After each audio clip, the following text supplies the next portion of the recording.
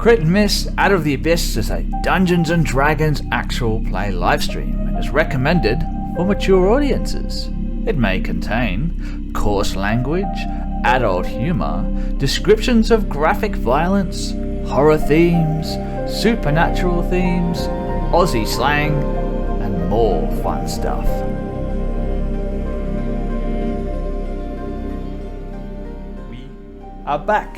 We are back with season 2 of Out of the Abyss. Look at all these beautiful faces. What's going on, everybody? Jazz hands. Nothing much. Chilling. Looking forward to a bit of D&D. Hell yeah. Hell yeah. Some Out of the Abyss. If Haven't played Caster before, I'm a little bit worried. If you're wondering... Oh, shit, I pressed the wrong button. If you're wondering how we ended up in this situation, well, I'm sorry, because I don't have an answer for you.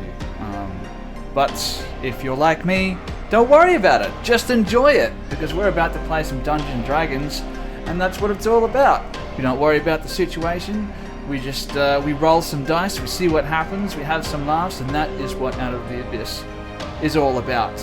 Now, for those who are joining us live, thank you for watching live. If you're watching on YouTube or listening back on Spotify, make sure you hit up our Twitch channel, because we are going to be streaming this live as we've done in the past,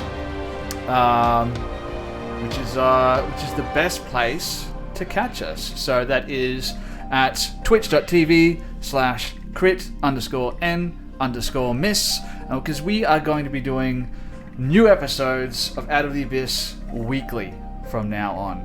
Now, they might be pre-recorded or they might be live, but even if they're pre-recorded, don't worry, because one of these beautiful people that you see lined up next to me is going to be there for every pre-recorded episode to interact with the chat, answer questions, talk shit about me when I'm not there, or I'll be there and I'll get to defend myself. Who knows? We'll see what happens. But before we get started, I think I should introduce these people, right?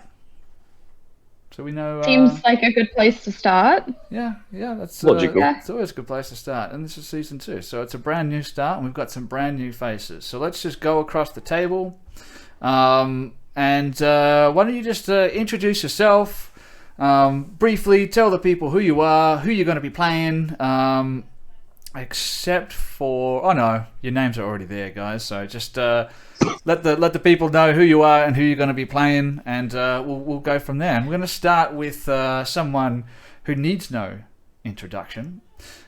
She is a makeup artist, but still, even she cannot fix whatever is going on over here. So, Grace, everybody. How are you, Grace? I am fantabulous. Yes. So, my name is Grace, obviously, because Sven just said it. I play Thrash, everyone's favorite raunt-cleaving barbarian. And I'm just here to cause a little chaos. And you never know, we might even get a hear me out moment tonight. She's the only barbarian, right? Yes, I am the best barbarian, just to clarify. We no longer have a palbarian, therefore I am the best by default, which I will still take wholeheartedly. So yeah, still the best barbarian, bitches. Live in, vibe in, love in. Not only that, but you are the last surviving member of the original 4 heroes as well. Mm-hmm. Oh yeah. At least, I'm riding this till the end. That means it must be Thrash's turn to die next, right? No, it's not happening, because my backup character, she's a little half-baked, and I don't know if we're ready for, I'm gonna be, if Thrash dies, I won't spoil anything, but my backup character has been played on a previous stream, and I don't think we're ready for that. I don't think we're ready for that yet. So, let's not. I've got a little line of minis sitting on my table, each one representing your characters, and I've already knocked over 3 of them. Boop, boop. And I'm so scared. There's one how many still are left? standing, and I can't wait to just pick that one over. It's going to be, Look, I'm savouring it. Thrash is very sick right now, and that's not something she can do anything about. So, just ready for Thrash to die from something that she can't control, which I think will definitely be interesting. But yeah, we'll see what happens. Hoping to kill someone tonight, but we'll see. You know how I said earlier I might be able to at least figure out what's wrong with you? I can't Yeah, do but that you're until after crispy. we've rested. Yeah, I know, and you're kind of depresso espresso at the moment because you Yeah. killed something. So Yeah, we'll get to that. But in Yeah. the meantime, let's move on to the next person in line. This lovely bearded gentleman's minis are known far and wide throughout Australia, and so are the miniature characters that he paints. What's going on, Froth? How are you? G'day, I'm really well, thanks, Sven. Yourself? Oh yeah, not too bad. That's the way. Feeling a little bit apprehensive about tonight. I may have built it up a little bit too much in my own head, but Not at all. there we Not at go. all. I'm excited. I'm looking forward to playing Drungalas, actually a Dragonborn Tempest Cleric Wizard, if that's not weird enough to get started with. So I like to challenge myself with these things and see how we go. Zappy. Yeah, look, there's a weird theme going on with the new characters, and I'll point that out once we get the introductions all out of the way. But I tell you what, this is not the first zappy cleric that we've had on the channel, and not to mention, it's not the first lizard-like character you've played, because you of course played a lizard folk in Tales from the Roguelite Tavern. Do you just like scales? You got a thing for scales? It was a Yuan. It was a Yuan T to be precise. A pure blood was more snaky, but It was with the folk. Siltsa was the character. Yes. Yeah. Sorry, I don't mean to be fantasy racist, but I was raised that way. So, scales? You got a thing for scales? You got fish in the back? Definitely. As well? Yeah, I love scales. Even in another game I was playing, I was a barbarian and died because I was tanking for everybody, and I fell into a barbarian is Thrash then. Yeah, that's right. Nowhere near as good. I was revived, however, by some fish people. But a result of that was that even as a human barbarian, I had some scales. Huh. And I am a Libra as well, so scales. Nice. I got a question for you. If a Dragonborn dies, can you harvest his scales to make armor out of him? Or is that morally questionable? I feel don't like it's know. a little morally ambiguous. Morally ambiguous, yes, but I don't think I'd be too concerned. Thrash I'd be would dead. do it. I think considering like processing wastage when you make it something out of anything, you lose a bit of it. You would probably need to kill 2 or 3 adult Dragonborn to make a full suit of armor, though. All right, yeah. Well, I mean, you can at least make a nice scaly bikini for Patch. Right? I mean, I guess it would depend how you harvest it, I suppose, if you individually removed every scale. You know what, we're getting way too into this. I know. It would be much nicer if I was dead first, that's for sure. Yeah, definitely. Morally grey is where Crit and Miss role-playing Thrash games lives, is most comfortable. Speaking of people who are morally grey and uncomfortable, Mark, what's going on, man? Hey, I resent that. Oh. No, nothing much. I'm good, man. Chilling. Been working on some musical commission-y things for the Dungeon Ruse. That was fun. Doing some podcast editing for you, which was also a lot of fun. I'm keen to get back into playing some more D&D. It occurred to me too, Froth. Like, we've played quite a few games together, but it's always you as the DM or me as the DM, never together with players. Cool, isn't it? Yeah. I tonight will be playing, of course, reprising my role from last season. Patch, the Furbolg Druid, Circle of Stars, and Twilight Cleric, who is currently really quite haunted by the fact that he was the one who got the killing blow against the Hydra in the fight last time. He's never killed anything before. Like he doesn't even really hunt. Like he eats meat, but he's not been the one to hunt himself most of the time because of where he lived. Food was always provided by the hunters of the town. So So Yeah. he's a little bit like 90% of the population. 99% of the population these days. Happy to eat meat. Has no idea where it comes from. Comes from the supermarket, right? He knows the place he's from, as much as it's very far away. It's the same place Serathil was from. They have this communal kind of setup where everyone does what they're good at, and he was better with tending plants, so he grew plants, and the hunters would go out and hunt food, and they would share everything between them. So he's aware, but he never had to actually do it himself. Well, there you go. You've broken that stigma. You're a murderer now, Patch. How does it feel? And not only that, the thing had one hit point left. Spoilers if you haven't seen the season 1 finale of Out of the Abyss. They fought a Hydra. The thing had one hit point left, and this guy decided to create bonfire? Produce flame. Produce flame. It's like a 1d6 or a 1d8 fire damage, and like my thinking, my reasoning is that Patch has used this on like animals before in self-defense, and it usually is just enough to like scare them away. He's not actually killed anything with it before. So yeah, he's I think for however long it's been since we left that fight, he's just sort of been following along behind Patch, being very quiet. And I think Bark might be sticking pretty close to him, sensing something's not quite right. We'll get to that. Like very, very mobile. Yeah.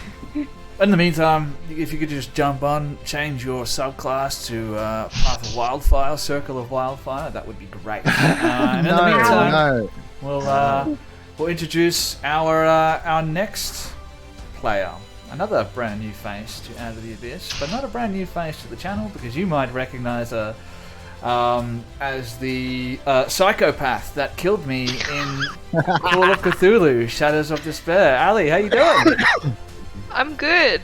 Kind of concerned for my character right now, but, You should be. I would be. Yeah. I'm not sure everyone can say they've killed Sven. Well, technically. To be fair, both Mark and Grace have killed me a little bit on the inside for every single episode of season 1. But I've had a couple of weeks to repair myself. Ouch. I also killed you in Tales from the Roguelite, but that was not spoiling too much, a little bit planned. And that was self-imposed kind of death. There was a little bit of planning going on behind the scenes there. So I think you got a 0.5 and Ali has a full point here. So you're down on the scales, but you might have an opportunity. There's those scales again. The poor fish. Can't get over the scale thing. That's it's going to be the theme for tonight's episode. Speaking of an episode, you have to introduce your character. Who are you going to be playing? Oh, Yeah. hello. I'll be playing Lady Verena Whitlock, the artificer of the party, and probably the brains, and most likely the face. I'll happily take those roles. Excellent. They're all yours. So, like I said, there's a bit of a running theme with these new characters. So we have a what cleric subclass were you again? Froth? Tempest. So we have a Tempest subclass cleric, which you might remember if you can stretch your memory back that far. Perseus was also a similar subclass, and then we have someone called Lady Verena, replacing a character called Lady Aethera. So I don't know. I feel like this is just fate. It's going to be easy to slip into these new roles because they're going to be familiar. They already exist. They already exist. We've just Easy peasy. Hey Sven, I'm just looking at this Circle of Wildfire. We'll talk through the week. Yeah, I was gonna say. I've got some ideas. I was gonna say. Oh, okay. I think you'll like that. It's lots of fun. I've been meaning. As you know, I'm the druid girl, and I've been meaning to have a play with that one. It looks like it could be lots of fun, especially after what happened to Patch and stuff. Does it Yeah, include Moonbeam? No, it does not include. Oh, we'll be alright then, that's fine. Look, I'm just trying to find a way to get Thrash Moonbeam somehow. I mean, if we're following Mark rules, I should just automatically have Grace Beam, but You'll need Sven's approval for that, but yeah, like Grace Beam does exist for that reason. it does. I'm sure we can work something out. Yes. All righty then. Couple of housekeeping things we've got to go over.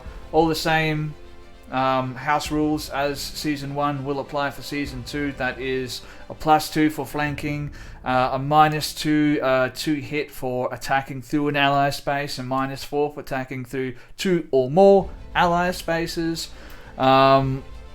We have the if you fail a skill check by 5 or more, or if you succeed on a skill check by 5 or more, there will be either a complication or something good will happen, depending on which side of the scale you tip towards. If you fail a skill check and then go to do that same skill check again, it's going to be the same as if you were pushing a skill check in Call of Cthulhu. If you fail it a second time, there will be a complication. The range of complication is up to DM's discretion, which is me, which is what makes that such a great rule.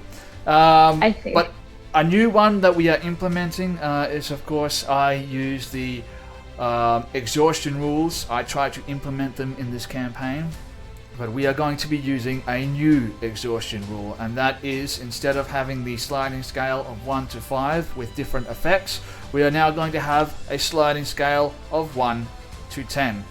And whatever position you find yourself on that scale is the negative that you take to every d20 roll. So if you are a level 3 exhaustion, you roll a d20, you roll a 15, you -3 off of that roll, and then add your modifiers and so on and so forth. Just keeps things a lot easier, and there's a bigger scale, so I can give more exhaustion. Is that is that from the new 1D&D stuff, or is that custom? I heard it from somewhere, and I can't remember where I heard it from, but I like the sound of it, so I was like, oh, I'm going to give that a go. I think it may have been from the 1D&D playtest, so it might be something that you see being implemented. It's the newest one. Yeah, that's what I thought. But I like the sound of it because it, I don't know. It's a lot simpler. It's simpler, and there's a bigger scale for you to play with, so I can, if you have a long arduous battle, for instance, con save, or you take a point of exhaustion. If you're walking through a blizzard, con save, or you take a point of exhaustion. If you've been climbing up the side of a mountain, con save, or you take a point of exhaustion. Something like that. So it just adds a little bit more sort of immersion, I think. Yeah. Oh no, I like it. It gives you the ability to sort of like hand it out a little more on those occasions without it being too much of like, oh crap, I'm nearly dead and I can't do anything with a couple of levels of exhaustion. Like it's good. Even like one level of old exhaustion is quite arduous. Like, isn't that advantage on skill checks? Yeah, disadvantage on all checks. Yeah, ouch. -1 is much easier to deal with. Yeah, exactly. Which is like, I mean, Thrash has got that. We may need to talk about Thrash's special stuff with the exhaustion, because I feel like, it's a little bit too easy now. But yeah, I'll talk to you about that, and we'll work out something that works, or we'll work it out during gameplay. Now, I don't have enough viewers, so I have to get controversial now to bring in a few more people. So let's get controversial. I am going to be, and this is controversial because it's basically only singling out one player now, and that's going to be Thrash. okay, hit me. Thrash, if you want to rage, I need to have a reason why you're raging. From now on, I'm not going to allow the use of rage as if it were an expendable, something that you can pull out of a cupboard. I'm no longer going to allow that. It's not happening. You can't be like, oh, I'm going to do a skill check, so I'm going to rage and then do the skill check so I get advantage on this. I need to know. I need roleplay wise why you are raging. Legitimate. And I will also no longer allow you to scratch yourself to maintain rage. No! That's unfair! That's bullcrap. This is fair. No, this is not fair. Hey Grace, it's okay. It's okay. You never said anything about getting your teammates to hit you. Yeah, I was gonna. Can I still have someone else thunk me for 1 hit point? If Is that you, still okay? Considering that's going to take us our action to do it, I think that's probably reasonable. if you want to role play out the conversation that you have with your compatriots, hey, you need to bonk me in the head if no one else does. I can allow it, but scratching yourself is what you do if you think that you're dreaming. It's not something that you do to maintain a state of almost supernatural rage. Look, It does but the stipulate bob hostile action. Yeah. Yeah. But the bobsledders and Cool Runnings whack their head before they bobsled to get themselves psyched up. To make you feel better, I feel saying like Cool Verena Runnings. might be a little hostile to Thrash. So Oh, terrific. Awesome. Love it. As long as someone hates me and is willing to hit me, I'm chill with that. And look, here's the thing: is that because we are allowed to talk as free actions, just make sure on your turn, if you feel like you're gonna lose your rage, yell out for someone to hit you. You don't even Or have to make it insult a test. So Yeah, something. rage is a very It's Thrash powerful fun. tool, and I feel like it gets a little bit Unfair. taken advantage of. And I feel like this is in the spirit of what rage should be, right? Of course. No, I feel like it's fair, especially because when you brought out the Wild Magic Surge cards, I felt really bad because I was the only one who wasn't affected by the Wild Magic Surge cards. And I was willing to allow Rage to be a Wild Magic Surge. But we chose not to. So I feel like this scales it out. I feel like this is fair now. All right, awesome. Well, that's it's implemented now. It's official. It's canon. What do you want to say, Mark? I think Rage should still trigger a Wild Magic Surge. No. No, if she was a wild, I think there is a wild magic path. isn't there? There is. There's Wild Magic Barbarian, but I will not be. I'm riding the bear totem all the way. All right. Well, there we go. All the way. And speaking of wild magic, ladies and gentlemen, Patch will be able to turn into a bear, so you can literally ride a bear. Eventually. I think in later levels, I can turn into a bear at one stage, so that'll be interesting. Cool. Yeah. Right. So 2 bears riding each other. So that gives you a reason to stick around for season 3 of Out of the Abyss. So, well, I feel like we need to have Sir David Adam. 2 bears. Two bears, 1 cuts. A player as well. I'm going to pretend you didn't say that, but guys, the cards are in effect. So if you're watching live, which is the best way to catch up on Out of the Abyss, make sure you redeem those crit coins. You can buy the players a DM. You can buy me a natural 20. You can buy the players a natural 20. Don't do it. You can buy guidance cards, which is a D4 on top of a D20 roll, a Wild Magic Surge card, which then I, at my discretion, can implement when someone casts a level 1 spell or higher, in which we roll on the Wild Magic Surge table. You can buy them health potions, or you can buy them advantage. Now, before we get started, I think we're gonna start fresh. So I'm gonna get rid of all the cards to start off with. But one of my players sort of took advantage of the rules a little bit and bought some cards. So Yes. yeah, remind me, what did you get? I got 2 blasts, 1 2 health potion. 2 bless. All right, let's start with that. 1, 2. 2 health potions, was it? 1 health potion. Yep. I got a take advantage of me, will ya? And then that 20 for us. Alright, So we can grab our own, can we, if we're playing? No, we're not allowed to. The only reason I did is because unfortunately I participate way too much. And it's Sven, he had a bit of a moment and he left the redeemables on our Call of Cthulhu stream on. And I figured, loophole, I'm not playing in this stream. We're not playing Out of the Abyss, so I'm going to redeem these cards out from under him. I'm very proud of you, Grace. I did that to him when he was hosting another stream that I popped in. I think it wasn't even a game; it was a critical conversations. Oh my And he left god. and I'm just like dump dump dump dump dump. I was in, and I had 20,000 crit coin to use. So I no. just blew it all. It Yeah, was I had great. about 10. I didn't have anywhere near that much. Yeah. But then that's what prompted him to begin turning it off for when it wasn't actually active. It was like, So I'm glad you spotted that and got them in. further incentive to turn and- it off now, Sven. Yeah, and look, we just might did. need them because I have no spell slots left, Oh, great. and I think we need a the- long rest. Oh, we really do. I think the only healing I have to speak of, I'm just checking my sheet, is I might still have a channel divinity left, which will let me do my temp HP aura, but otherwise we could be in some trouble. Yeah, I think we are in some trouble. I'm counting on it. I- I'll be right back. Oh, yeah. Okay. So I don't know if I have any healing-y things, but I'll have a look. I just want to check. Hey, Grace. hmm I have temp HP from last session. Do you remember if that was me that did that or if that was someone else? That was you that did that. Okay, that. Because you were means- backup healing. Yeah, I think that means I've already used my channel divinity. 'Cause that's kind of how I do that.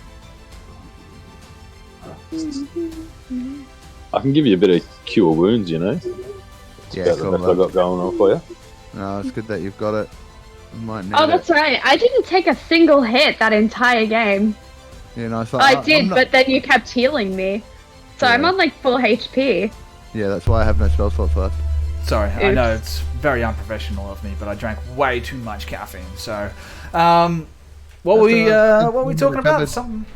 We're just discussing whether or not I use my channel divinity, the temp HP aura that I get, because it's not marked, but I think I use it because I have temp HP on my sheet, and I don't think anyone else can do that.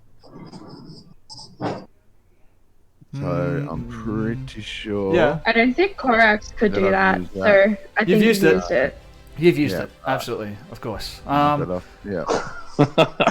DM says, Yeah, no, that's fine. It's marked off. So I've got one wild shape or starry form left, and I can do my Furbolg magic, which is like detect magic or disguise self. That's about it. Other than that, I have a shield and I have a net.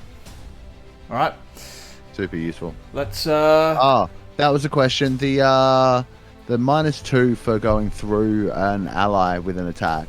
Does that count for reach weapons? Yes, Like if it, yep. All right. absolutely.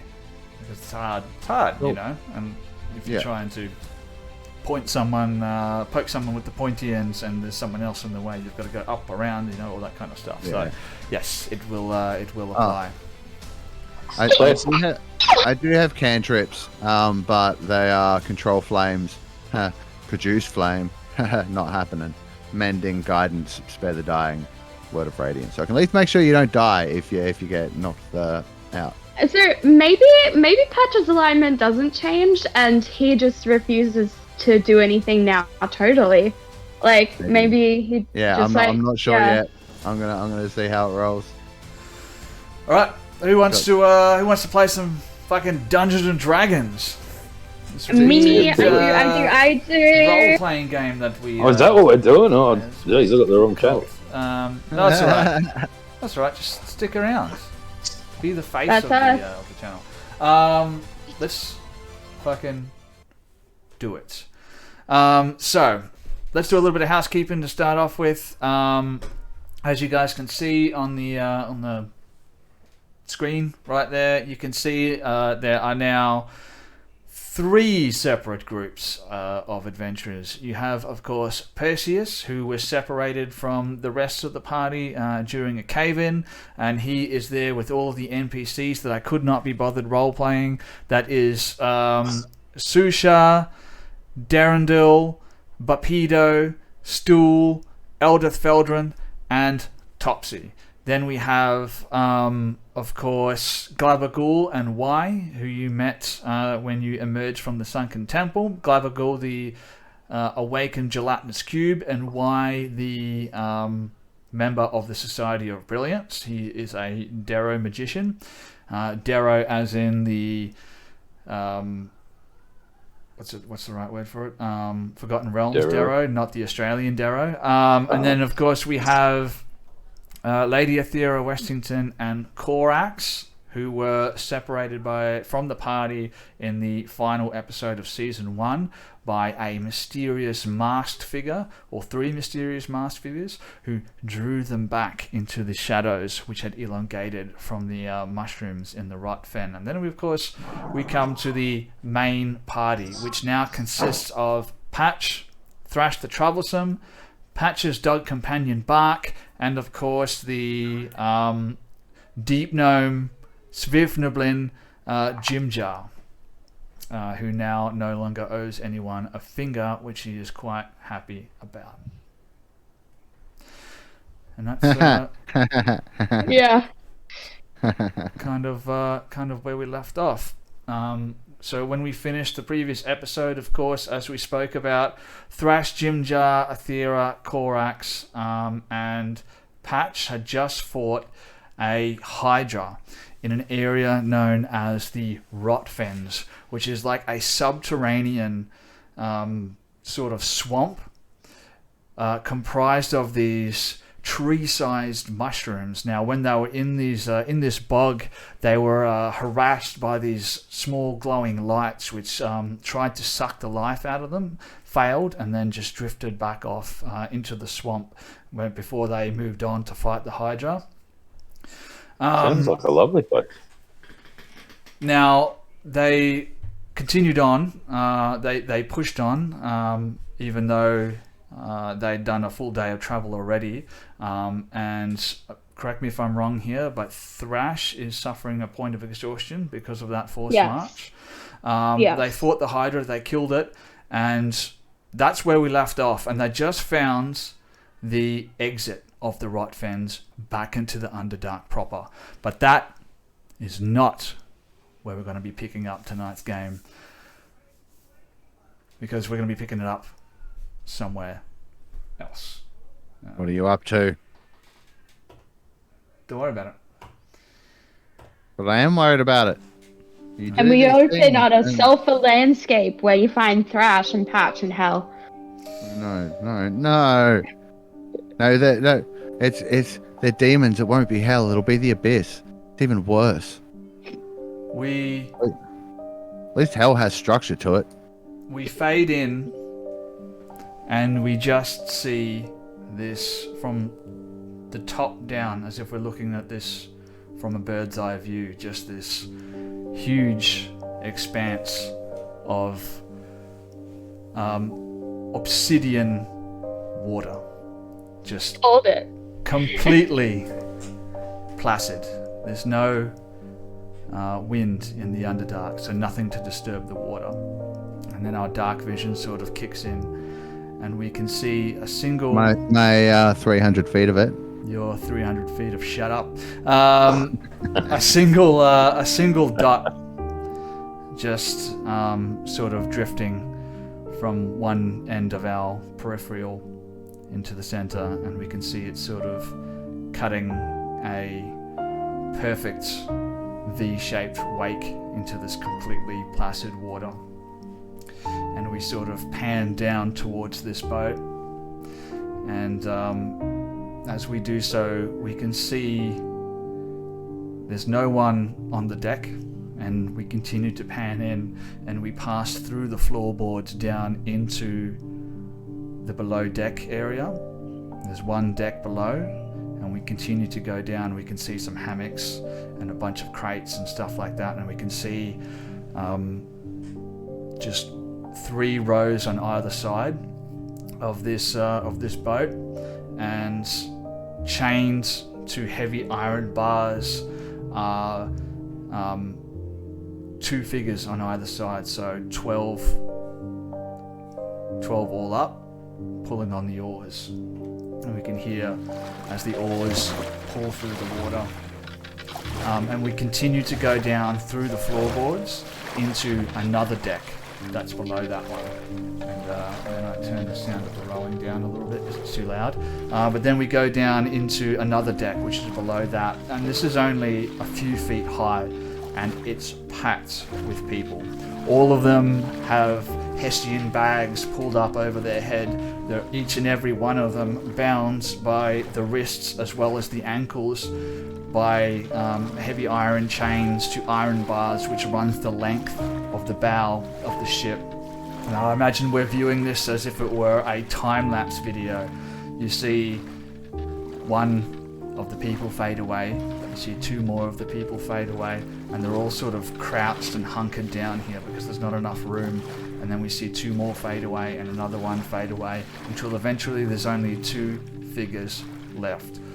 One of them appears to be a slender drow woman with the bag over her head. We can't see who it is, but from beneath the Hessian bag we can see long white hair that's sort of matted and dirty and sort of stuck to her body as she's crouched and hunkered down in this tiny little deck.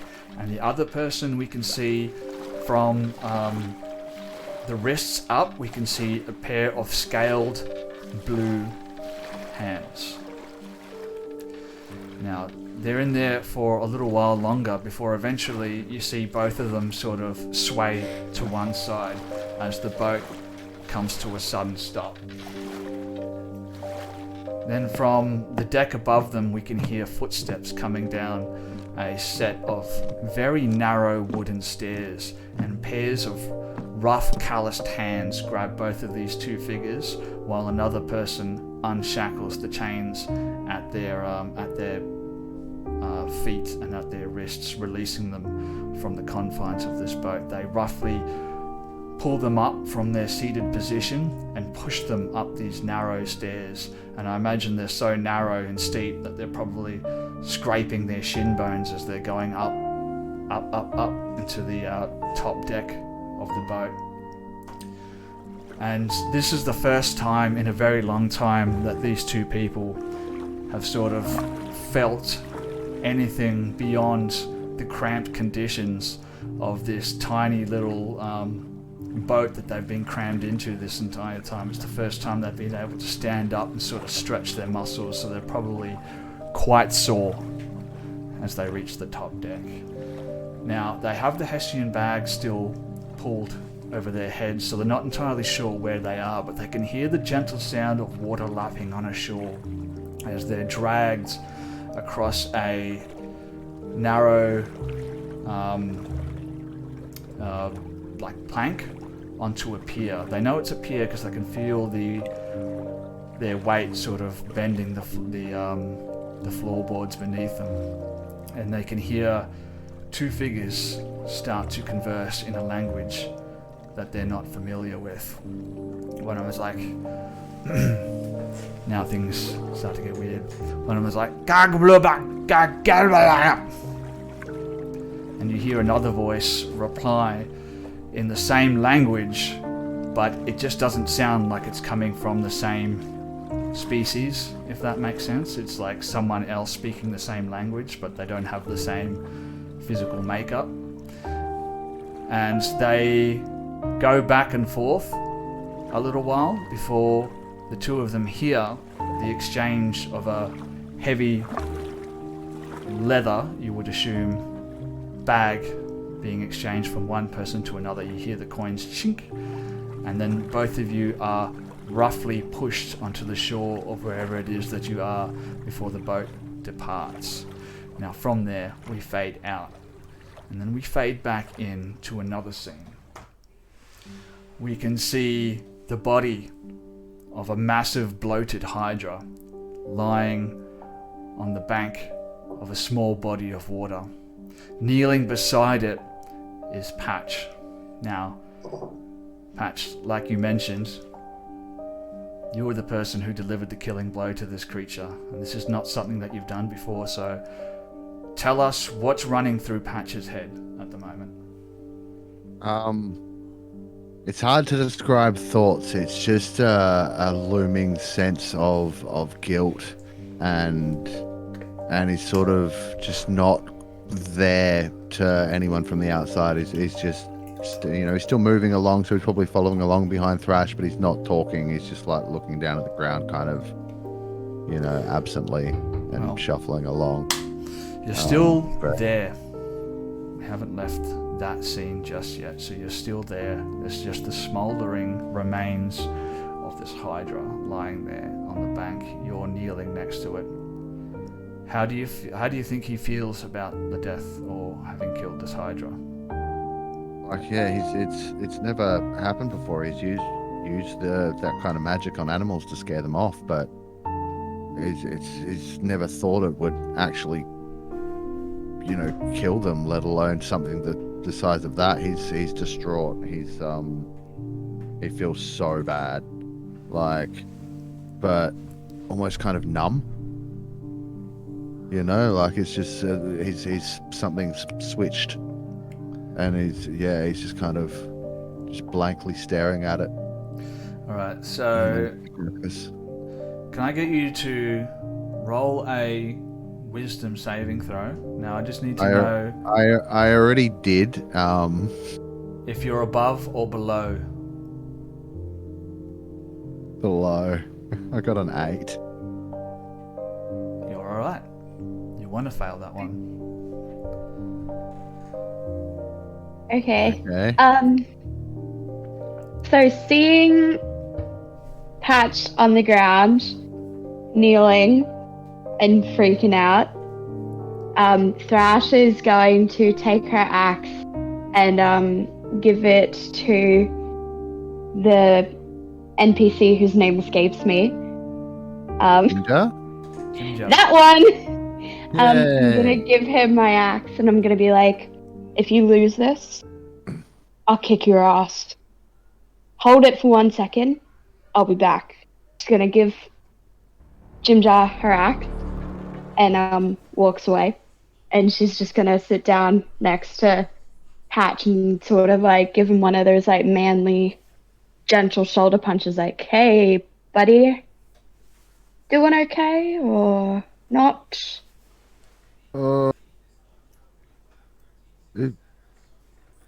That wasn't meant to happen. And he kind of looks up at Thrash, just like, Look, come back, buddy. I'm not gonna lie, not good with this whole emotion stuff. It's not really my bag. But look, I've killed people before. I mean, obviously, I did just cleave someone in half a little while ago. I haven't. Yeah, I can understand that. It's it's not great. The feeling, you sort of feel like a little bit squishy inside. It's definitely not my favorite feeling. But you did what you had to do to protect people. You know that, right? Like, you were protecting us. You're a good cleric, and then you're not a cleric. You're a druid. She was confused, and she'll give him another punch on the shoulder, like, hey, you did good, buddy. I'm actually both. But yeah, there you go. There you go. See? But it wasn't meant to. I look, I'm gonna level with you, my dude. Look, it's sometimes this is a very, very dangerous world, and sometimes things happen that we don't fully intend on happening. I certainly didn't intend on my parents dying in a fire, and now I'm here. Yeah, that. I don't like talking about it much, but hey, you're grieving. Patch kind of like slowly puts his hands that just threw fire at this thing behind his back, and hey, looks up. It's totally fine. No, it's totally fine. It's fine.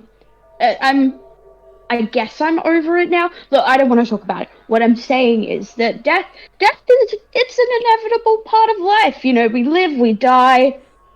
Things live, we kill them. It's like a whole thing. And I know you didn't intend to kill it, but you were protecting us. You saved us. And had you not killed that thing, I would have died. And that would suck because I like living. You know, that's kind of something that I like doing. And hey, your dog, Bark, I think that's his name, Tree Bark, he would have also died. That would have sucked. That would have really sucked because you just brought him back. And you'd have to bring him back again, and that would just be really inconvenient. So like you protected us, my dude. You did a good job. Can I roll some sort of check to see if that was rousing enough? Yeah, you know I what? don't think I'm doing a good job. Let's roll a persuasion check. And if you would like to do it at disadvantage, you may, but I won't enforce it. I will say that Is it working from Patch's perspective or not? It's working enough that if you do alright on this, I think Patch is gonna quite, not happily, but he will get up and Okay.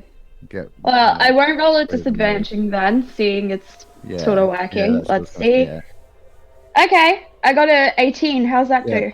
All right, so Patch will sort of like take a deep breath, look down at the ground, pick his shield back up, fit it on, and just sort of like look over at Patch, and he's definitely not okay. He just sort of like fixes her look, just like, okay, let's go. Wait, hang on. As you guys are talking, you hear Jim Jar exclaims like, "Ow!" And you look over towards him, and he's like cut his finger on your axe. And he's like, "Ooh, ah!" You see some blood drop down from his finger into the ground below. And he starts sucking his finger, and he's like looking out over the expanse of the rot fen as he's doing that. And you can see the look on his face, sort of like his eyes narrow as he's looking out. What do you want to do? Look, I might just... So, as we sort of get up, Dash is gonna reach into her pocket and, pull out a gold coin. And she's gonna do a little bit of Space Jam action on this gold coin. She's gonna turn to Patch and she's gonna say, "Look, the first time I had to kill someone, this is my lucky coin. And, it's always been good luck and has protected me, and maybe it might help you because it's a lucky coin and you might not, luckily you may never have to kill anyone again, so lucky coin. Protect you from killing people. You're welcome." And she'll and then she'll turn to Jim Jar and be like, "Hey, leave Cleaver alone." Cleaver, I love it. Yeah, Cleaver. Patch sort of just like he looks the coin over a few times, kind of whimsically, fondly, slightly seems to be distracting him a little bit, and then he finds a secure pouch that doesn't have anything else in it and tucks it away. And you hear Jim Jar. He's like, Patch, Thrash, I think we got a problem here. And yeah, bloody right, we have a problem. You can see these small motes of light starting to flicker just somewhere just beyond the, I want to say tree line, but they're mushrooms, the mushroom line. You see one sort of flicker into existence. You see another one just off to the left somewhere, and another one off to the right, and they're sort of moving through the boughs very slowly. And as you watch another one and another one and another one, 6 of these lights moving, and there's more coming. I think we should. I think we should. And he starts taking a few tentative steps backwards, sort of dragging your cleaver in 2 hands, sort of pulling it through the mud. Right. Well, Thatch is gonna be like, yep, it's time to go, and she'll just like stride up, and like it weighs literally nothing, she'll just pick this great axe up with her one hand and just shank it in behind her shoulder and be like, "Come on, Patch, we're leaving. It's escape time. I'm not staying here for those bloody light things. Let's go. Come on. Hustle or die." All right. And she'll just Come sort on. of be the last one out and push everyone out. Come on, Bark, let's go. So as you grab the axe from Jim Jar, he's still holding on to it. He's still watching those lights. He's not really paying attention. So as you pick it up, it sort of yanks him up as well for a second before he lets it go. He lands down into the mud on his hands and feet, and then just like suddenly pushes himself up, and he's like crawling down into the murky, filthy water that the Hydra came out of without even waiting for you guys. He starts to wade out into the water, and he gets to about 10 feet in or something like that, and then like the ground drops beneath him, so he like almost dunks down into the water, but his head comes back up again and he starts swimming. And I'm assuming that you guys follow him into the cave over there. Yes, Yep. we do. Alrighty then. So you guys swim through this murky water, and you've got absolutely no idea how deep it is or how long this Hydra has been waiting there for someone to come. But from the size of the Hydra, you can tell that this thing has been there for a very, very long time. And you swim into this cave. Now, it is complete darkness at this point, but I'm assuming that you guys can just see everything, right? Yep. Yeah, I've got dark vision anyway. What are we doing with Bark? Is he just swimming with you guys? I would imagine so. Dogs can swim pretty well. Right. Doggy paddle. Yep. I would maybe grab a rope and tie it around my waist, and then tie it to his saddle. He's got like pack bags and stuff. He's got a saddle rig. I don't ride him, but he's got it so he can carry stuff. So I'll tie a loop onto that somewhere, and then tie it around my waist just so we stay tethered, so we don't get separated while we're swimming. Alright, so you swim into the mouth of this cave, and it goes for another 30 or 40 feet or something like that before you feel the ground back beneath your feet, and you can stand up and sort of wade through the water, and you're wading through the water for another like good 20 minutes or something like that, like hip high water as you're going. So you're making slow progress, but as you enter the cave, you look back one last time, and you can just see these will-o-wisps, these motes of light just floating back and forth where you guys just were, and you get the feeling that they've sensed that you guys were vulnerable and that there was a fight going on here, and they've probably come to try and take advantage of that and do whatever they could. So it was a good time for you guys to leave, so you got out of there, and then you continue for another good hour. You come out of the water. I'm going to need a DC 12 con saving throw. All right, at the end of the hour, or at the end of an hour from part way through the fight, Thrash and Bark's shared dark vision from me will fade, and so Thrash's range that she can see will go back to her natural 60 feet, and I don't know if Bark has dark vision or not, hence the tether. I don't think he Say does. for a dog, probably not. No, so he doesn't have dark vision, so do keep in mind that he actually can't see anything, so you're basically just walking him in the dark at this point.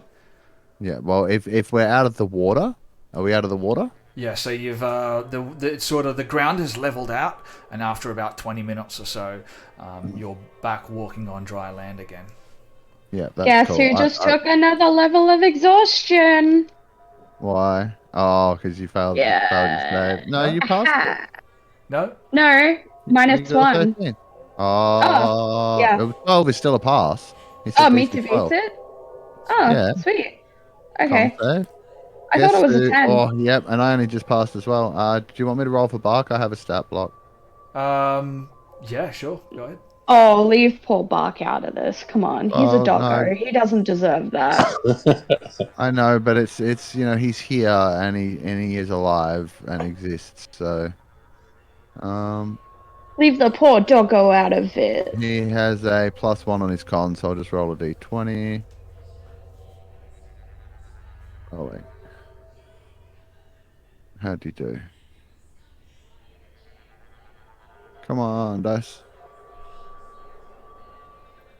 It's taking a minute. Oh no! Not He good. got a natural 1. So mark this down in your Oh, character sheet, baby. Mark. So he is suffering 1 point of exhaustion, or 1 level of exhaustion rather. Right now, as you guys push on for another hour, you are now standing on dry land, and you come up to sort of a point where there's more water ahead of you, but you can tell straight away it's only ankle deep, something like that. And there's sort of a plateau in the center of this fairly wide sort of cavern. And it sort of branches. One branch goes off around the right-hand side of this plateau, and the other one just sort of goes around the corner on the left-hand side of this plateau. What do you guys want to do? But you're on dry land at the moment. Okay. Thrash is going to take Cleaver and look at everyone and be like, heads or tails? Come on. Heads or tails? Heads. And look, I imagine since the mercenary guild Dash is from, it's all dwarves, so I imagine she's got this ornately carved axe, which I think would be quite unusual for a barbarian to have something that's so like delicately carved along the blade. And she's just gonna look at one side and be like, okay, and she's gonna toss the axe in the air, and whatever side it lands on, that's the way they'll go. And you, can I roll a coin or flip a coin or something? You or... toss your axe into the air and it lands directly blade side first on a rock, denting your axe and giving it another minus. No, but that does remind me. You did hit a slime before. Is that correct? Did you do that, or was that Korax? What? That was Korax. That was Korax. Okay, you're okay then. Yeah. The subpar barbarian used his weapon on an axe of slime. What Korax? Yes, I don't know what you're talking about. I don't know what you're talking about either. Just roll a d20, go odds or evens. Okay. But you do have to decide which is which. I will also mention, I'll give you a little bit more flavour here. So the cavern opens up briefly for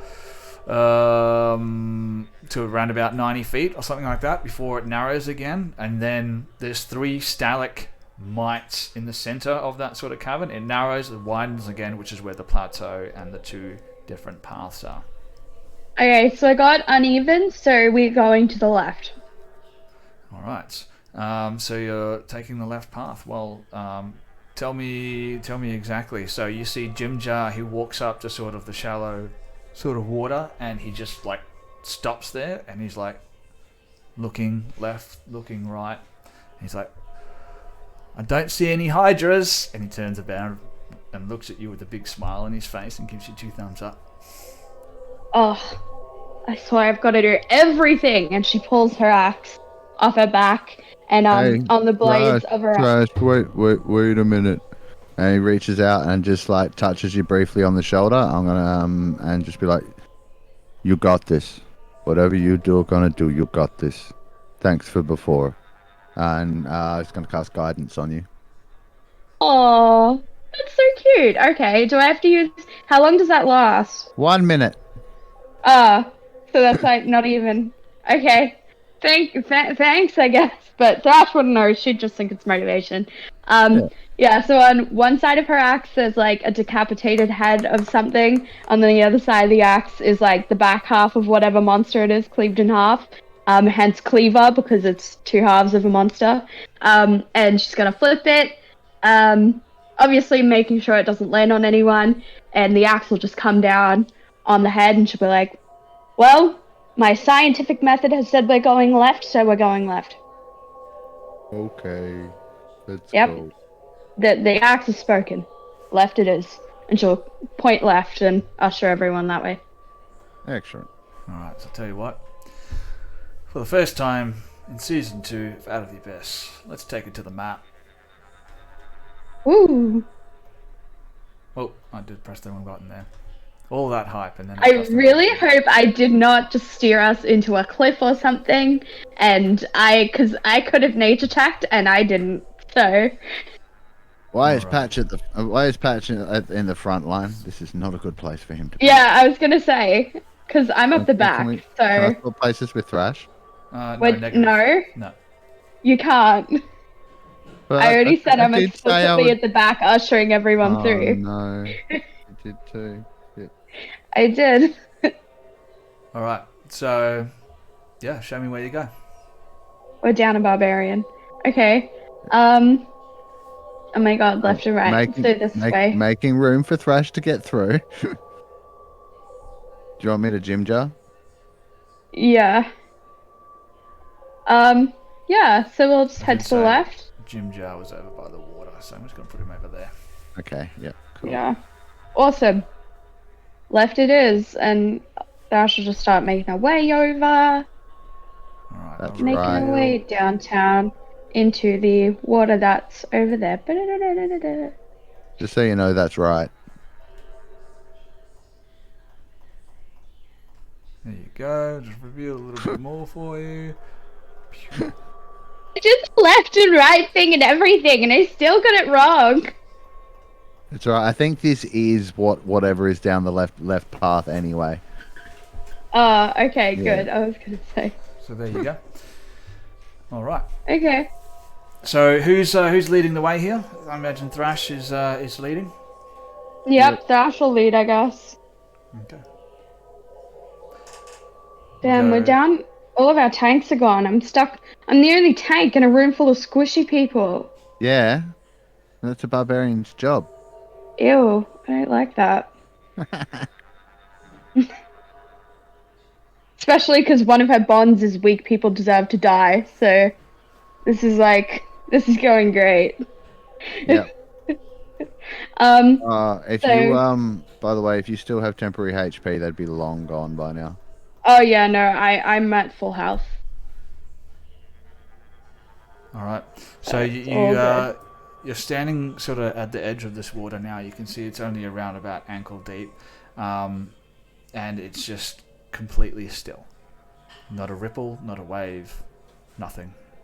Oh, we know how this ends. We know how this ends. Can I get access to Jim Jar's stat block, please? Yeah, okay, I'll allow it. Or does one of our new players want to take control of Jim Jar since neither of them is in the scene Yeah. at the moment? Someone want to play Jim Jar? Can do if you like, if it makes life easier. Yeah, sure. Yeah, sure thing. Why not? Obviously knowing how this has gone since the last 3 times they've encountered a still puddle, I'm just gonna do the tried and true method of taking an arrow out, snapping the tip off, and chucking it in the water. Okay, so you break an arrow, take that out of your inventory, throw it into the water, Yep. and blink, and it just makes this serene ripple in the water, which ripples outwards. Okay. Yeah. Well, no 6-headed thing came out to attack us, and I don't see any crabs anywhere. So, tally ho! And Sash will just start walking through the water. You step down into the water, and it's like bitterly cold as you step down into the water, unlike the Rot Fens where you were earlier. And you can see the water here is a lot clearer than it was in the Rot Fens. There's still some dust and dirt sort of floating about and all that kind of stuff, but it's not full of detritus and plant matter like it was in the Rot Fens. And you step down into the water, and you can see ahead of you around about 35 feet or something like that on the left hand side. It's sort of the water sort of comes to an end, and the ground sort of comes up and out. So there's dry land on the left hand side. On the right hand side there's just more water which runs next to that plateau. Okay. It's much more narrow on the right hand side as well, only about 5 to 10 feet wide, whereas Right. it's 15 feet wide on the left. So Ash is gonna turn to Patch. Be like, you're into nature and shit. How do we know where people are? What do you mean? How do we know where people are? Like, I had a dwarf friend who could tell where people were by licking one side of a rock, and you know that sort of thing. Tracking. Yeah, can you do that, or Who are we trying to find? I don't know, just trying to get back to the, just the party people. we left behind, or like, I guess, I just don't see. I'm not sure if you realize, but I'm kind of a cat, and don't really like water. So can we See, get out of the water?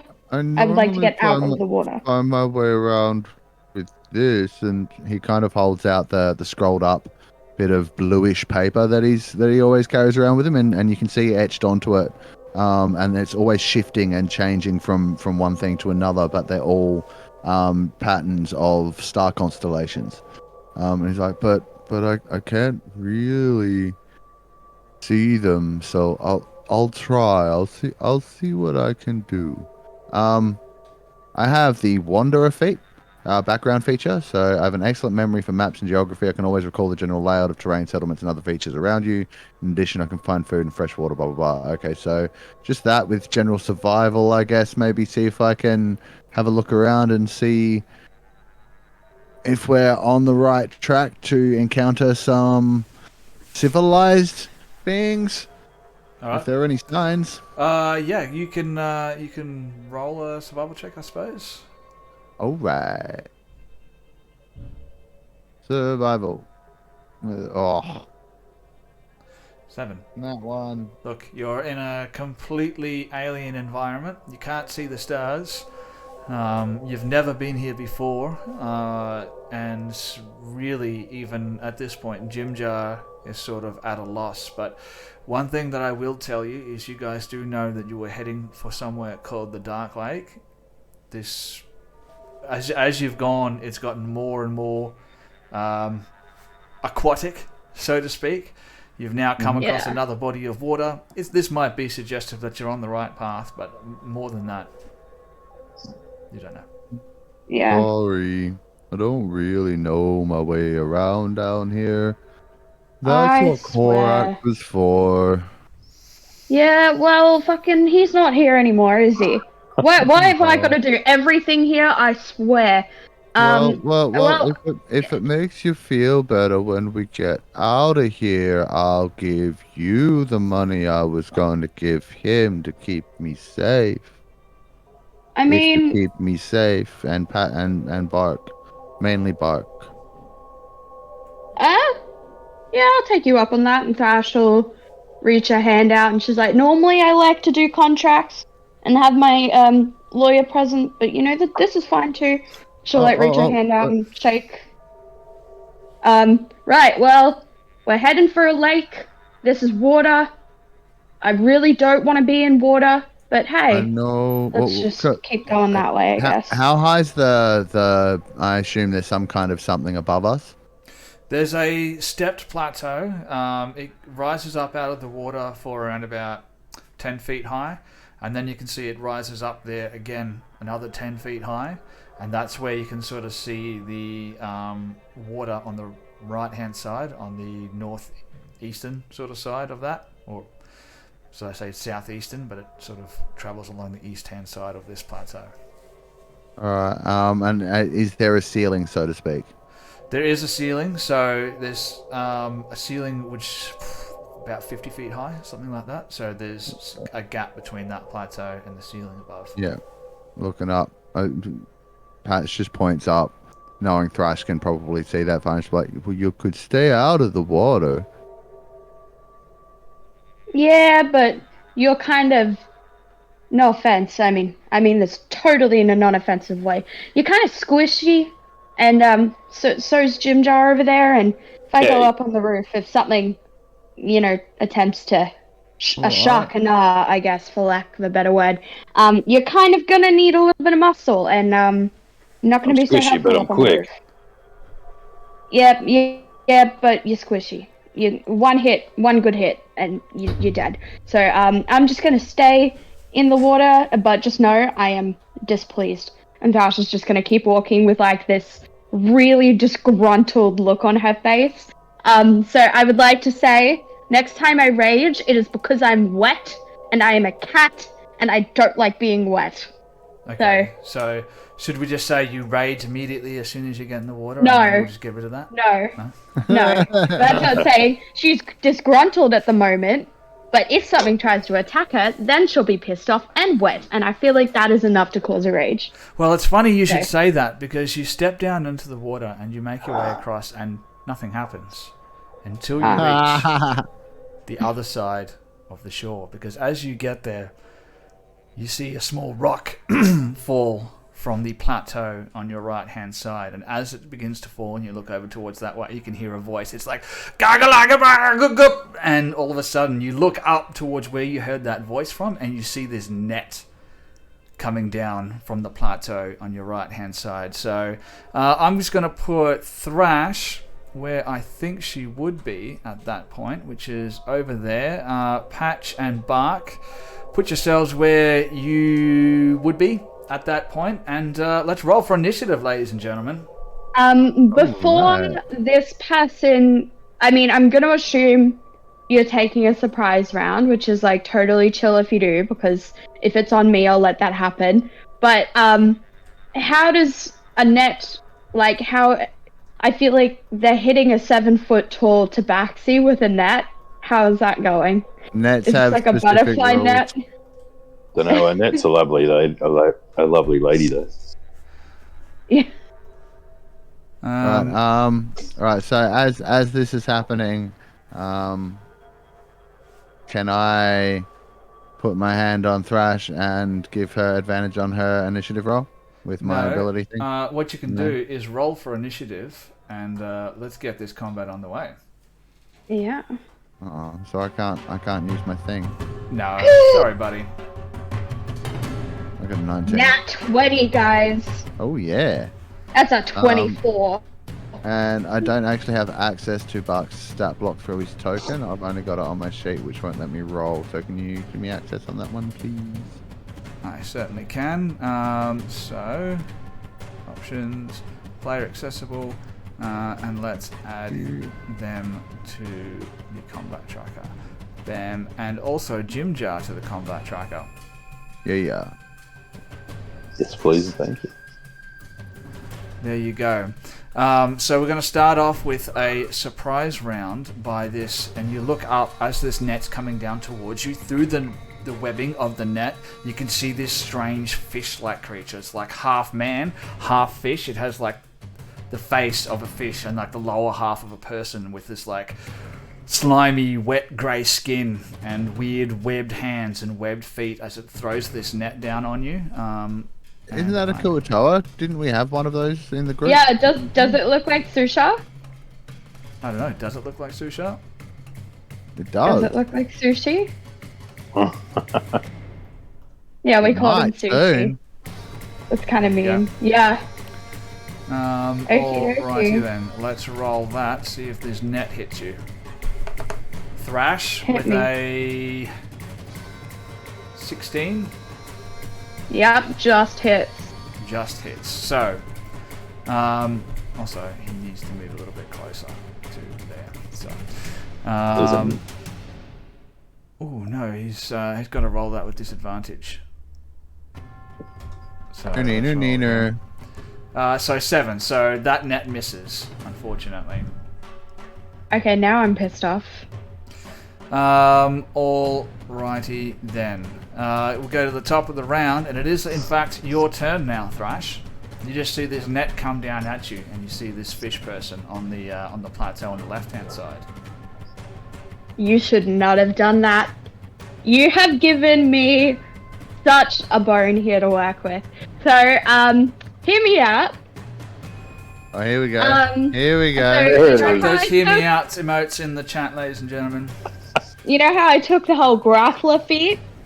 Well, here we go. So, the 7-foot tall tabaxi, who this little fish guy has just attempted to throw a net on, is going to look back at the fish, very peeved off, and go, "Oh, you should not have done that," and grab the net and just yank it into her and grapple him.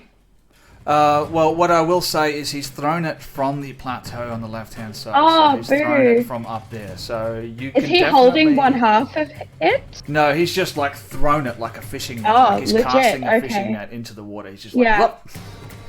Okay. Oh, that's sad. How much of a incline is it? It's basically just straight up 10 feet. Oh, perfect. Okay, I'm just gonna climb up 10 feet. And grab him by his feet and just pile drive him to the ground, and I will more than happily take that full damage.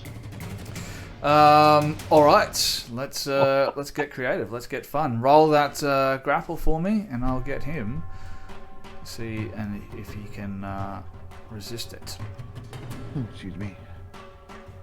Loving the flavour. But I'd like to, yeah. As long as I can do that, I'm super chill. Skadoosh. I'm fine. Let's see. I got my chat is being weird. I got a 12 plus 2 because I'm raging, so that's 14. All right. I'll allow it. Not usually how grappling works. You normally have to grapple the creature and then move him, but yeah, no, you run over there. You start scrambling up the side of this sort of cliff face up to the edge of this plateau, and you grab the creature by his ankles and basically just yank them out from underneath him, and he goes screaming, crashing down to the floor along with you. It's like bam! You land down on the hard rock floor beneath you, and I guess he has to make well, you know what? Make an unarmed attack. Unarmed attack. I can can I do it with my claws? Yeah, sure. Yep. Okay. Let's do so. Unarmed strike with claws. Oh, that does jack. Absolute jack. Okay, so he's going to take a d6 of falling damage. And I'm gonna take a d6 of falling damage. So he takes 2 points of falling damage. I take 2 points of falling damage. You take 2 points of falling damage as both Thrash and this weird fish-like creature with large bulbous eyes come crashing down onto the floor, hitting it with like a sickening thud. And then we go... Is that the end of your turn? You've moved, use your bonus action. I've allowed a lot. Yeah, that's the end of my turn. Yeah. Yep. That's All it. right. We go to one of my creatures' turn, and you can see running out from behind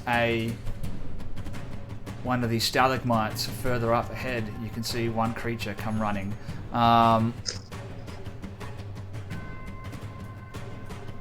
Is he still hidden? Unhide him.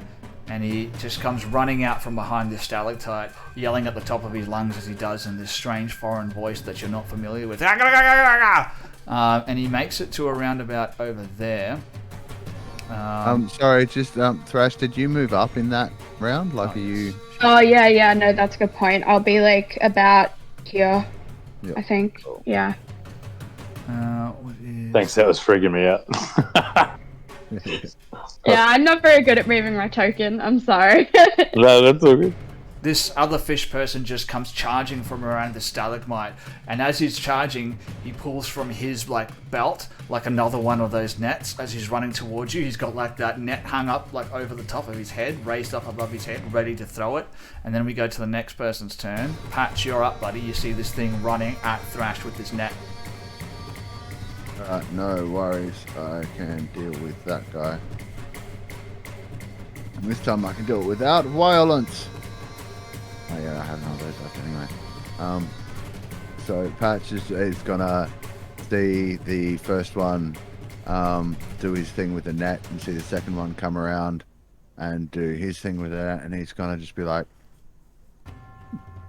yeah, and reach into his pack, and as his free drawing a weapon type action, pull out the net he's got stashed in his backpack,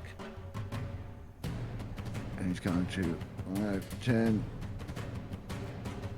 move over to here, and he's going to throw it at the one that just ran closer, ran up towards Thrash, the new one that just appeared.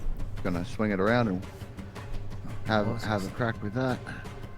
This guy will be prone. It will be as at well. disadvantage, I do believe, because it's either, short range is 5 feet, so nets are always a disadvantage from what I can tell. It's only 5 Unless feet. you're right up next to someone, yeah, it's with disadvantage. So a 10. Either way, Yeah, no, it's just not enough, unfortunately. Okay. Oh, bugger. Oh, well. He'll get ready with his shield and then call out to Bark and just be like, "Get behind me, buddy." And that will be me. Alright, so you throw this net at this creature, and as it's holding its net up, your net just catches on his net, so now he's just basically got like a mega net. Oh no. And we go to the next thing in the combat order. And you know what? Let's just... Why do I get the feeling these are gonna absolutely kick her ass? Let's just reveal everything here. As another one of these creatures comes... Oh my god. There's no way poking we're its head winning. over the edge of this sort of plateau, and it's got a spear in its hand, and you can see like it's pulling its spear back ready to throw, but it's like looking backwards and forth between everyone, not quite sure, and it's got like a bit of unsteady footing as it's standing there on the edge of the plateau as well. And then we go to the next creature's turn, which is, where are you? There you are.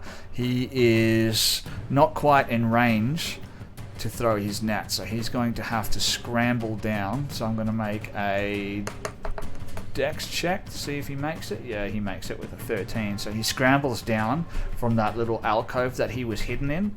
And then we go, so that's 10 feet, 15, 20, 25. Gets up next to his friend, who's now holding both of those nets, that one of them that patched through at him, and he is going to throw a net as well. I'd just like to point out that even right next to somebody, it's still at disadvantage because it's a ranged weapon.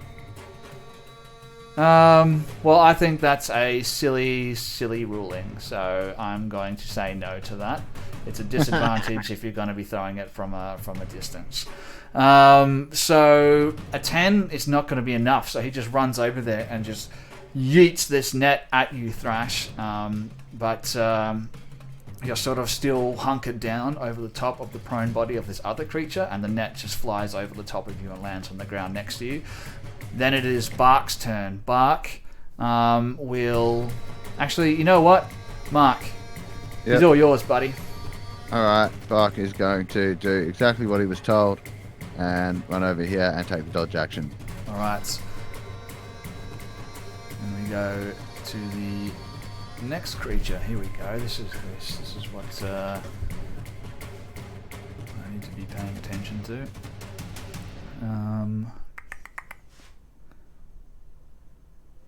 Jimja? No, because it's another one of my creatures. Oh, Jesus. But wait, there's more. If you order within the next 10 minutes, you get a free set of steak knives. We're about to die. Another one of these creatures, but this one looks slightly different. It's bigger than the rest of them, and you can definitely tell that it's carrying a lot more muscle, and it's a lot more steady on its feet as it comes running from the plateau and just jumps down onto the lower end of the plateau. There. Let's roll a dex check. 5. So it comes running, screaming as it does so, blah, blah, blah, blah, blah. And as it goes to jump down off this off the top end of this plateau down to the lower end, its foot sort of slips and it like stumbles and like rolls down the side of the cliff face and hits the ground, taking 5 points of bludgeoning damage. But I will say it doesn't fall prone because it's... Anyway, Jimjar, you're up, buddy. Jimjar would look at Thrash and say, like I said, they've got to hit me first. And he'll take an attack at the prone fishy. I guess I'll call it. What's with being mean to fish today? There you go. He's going to... he gets a multi-attack, so he's going to short sword because he's within 5 feet and 5 feet of an ally. Let's see if this rolls out nicely. 1 moment, please. We're going for a 19 to hit. Yeah, that's a hit. Fantastic. So he's going to do his roll out his damage there. And does he get the sneak attack then? Because he has advantage because that fishy's prone and he's within 5 feet of an ally. Absolutely, yeah. There we go. He's going to chuck that on as well for his first attack. Chuck an extra 8 on top of that. And then probably take his second attack, if that's okay. So we'll see if the second one gets through. With a and that one misses. Any side effects for that one for poor little Jim Jar? So Jim Jar goes to stab down this creature, and the first hit is such a devastating blow that his blade sinks down into this Kuotoa. And as the Kuotoa sort of lurches back, the blade sort of gets stuck in the creature's flesh, and now he is effectively grappled by this creature on the ground. Unless he wants to let go of the short sword, which you can do as a reaction if you want. Oh yeah, he'd let go. He'd let go? Okay, so he lets go of the short sword. The short sword's now stuck in this creature, but he's not effectively grappled. Sure. Okay. And then as far as movement, he's still prone, isn't he? So, the creature is still prone, yeah. Yeah, so it wouldn't provoke an attack of opportunity or anything like that moving away. No. I think Jim Jar would probably try and climb up this little plateau here, if he could. Is that an athletics or something? Or is that an action? That counts as an action, doesn't it? Yeah, I mean, give me an athletics check, and I'll allow it. Alright.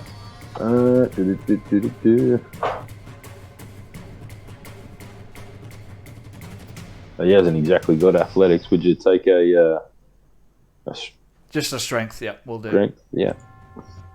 Hey, Sven. Yes, Mark.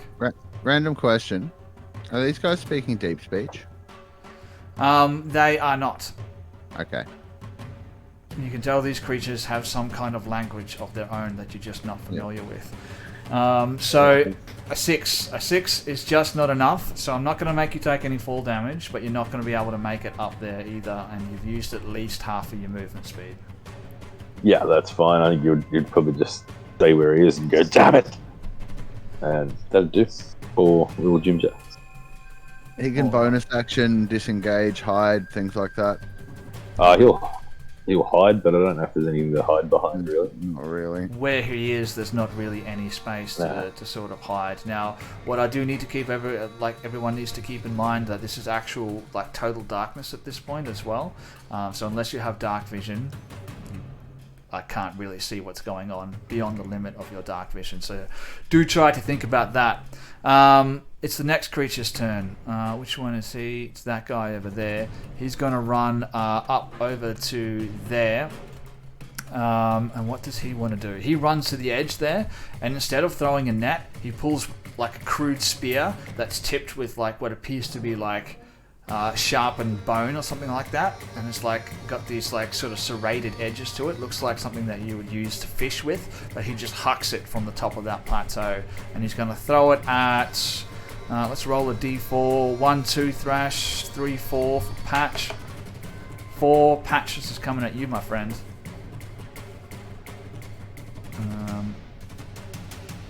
So you are within reach, and he can definitely see you.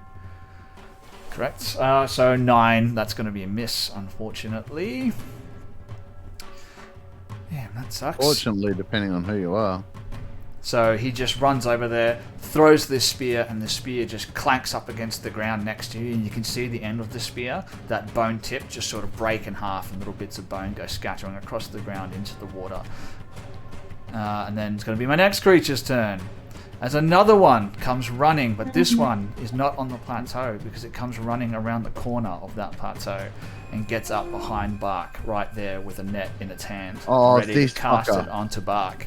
Then it's the next creature's turn, which is the one right next to Thrash, the one that's lying prone on the ground. So the first thing that thing is going to do, it's going to stand up from the prone position, and as part of its movement action, it reaches back and grabs that short sword that Jim Jar had just stabbed it with, and it pulls it free with a gasp as it pulls it free. It's like, wah! Looks at the short sword and just swings it at Thrash. Awesome. What was that you were saying about being so good at fighting, Jim Jar? What was that you were saying? I just said as long as you don't get hit, you better take the advice because it's coming your way. Thanks for that. Prone, and I'll just use... Surely he took damage pulling out of himself. Yeah. A 12 is not going to be a hit, is it? No. No, and you know what? I'll give him a D4 of damage as well as he yanked a blade out of himself. There you go, 3 points of damage. Awesome. Don't say I never give you anything. Ali, I'm very sorry. You got not really much here to do, but feel free to join in, to commentate, as it were. You can have a turn of Jim Jar if you like. No, I just feel bad for the poor fish behind you. Oh, they're alright. They can't hear it. Yeah, I can see them starting to get a little bit stirred up. You might want to might not want to keep your back turned to them, Froth. All right, we go to the next creature. Where are you? It drops dead. All the way over there.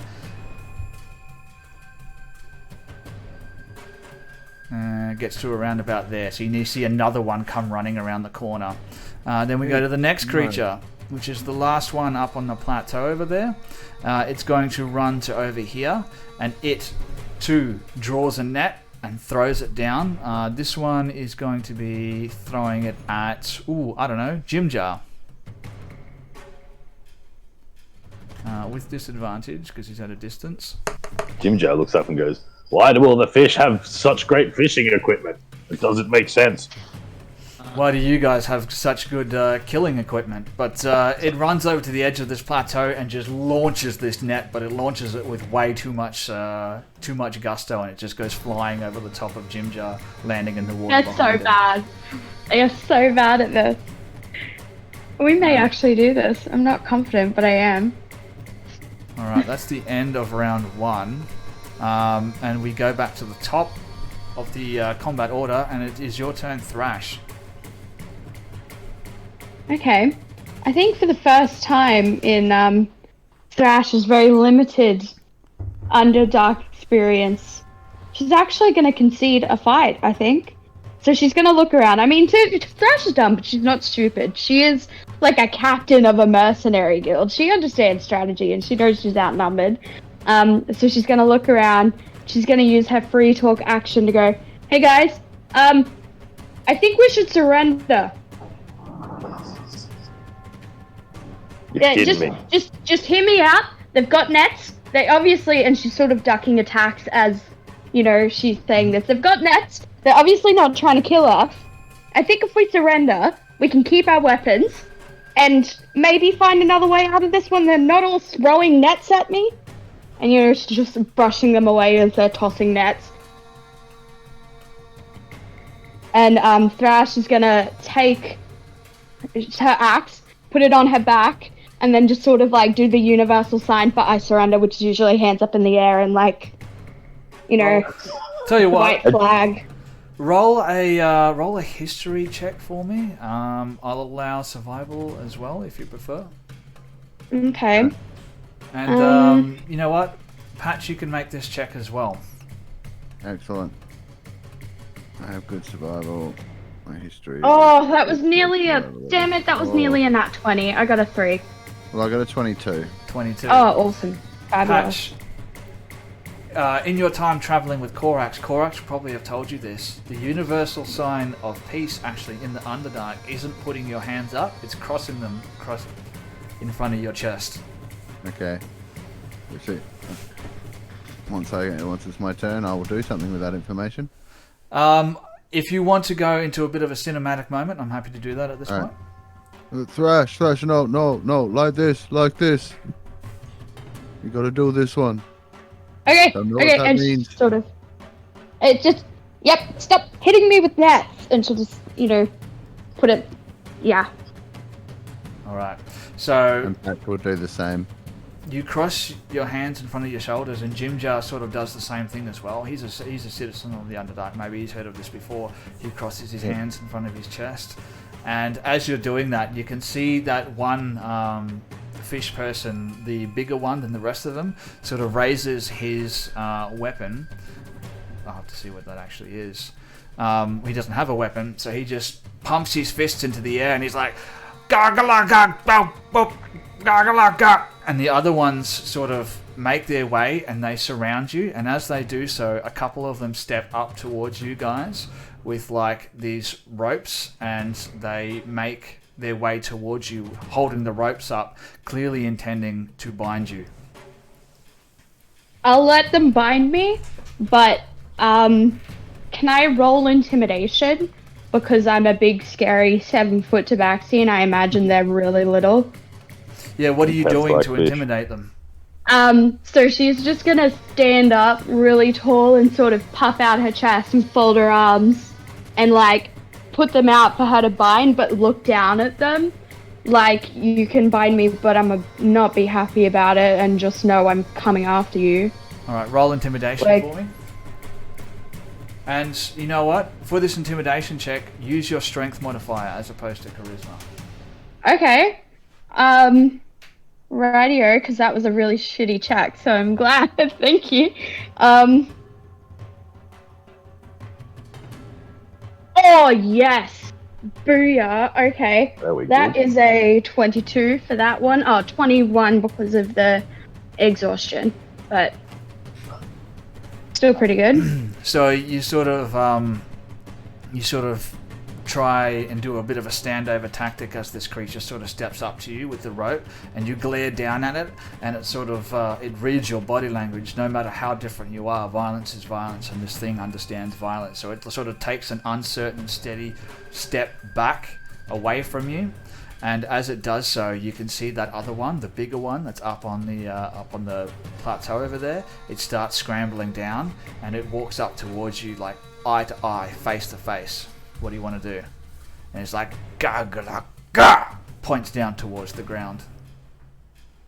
Oh, you want me to get on the ground? Oh, I mean, Thrash will just look at them and hope she understands. Be like, you can bind me. I'm not getting on the ground though. That's no.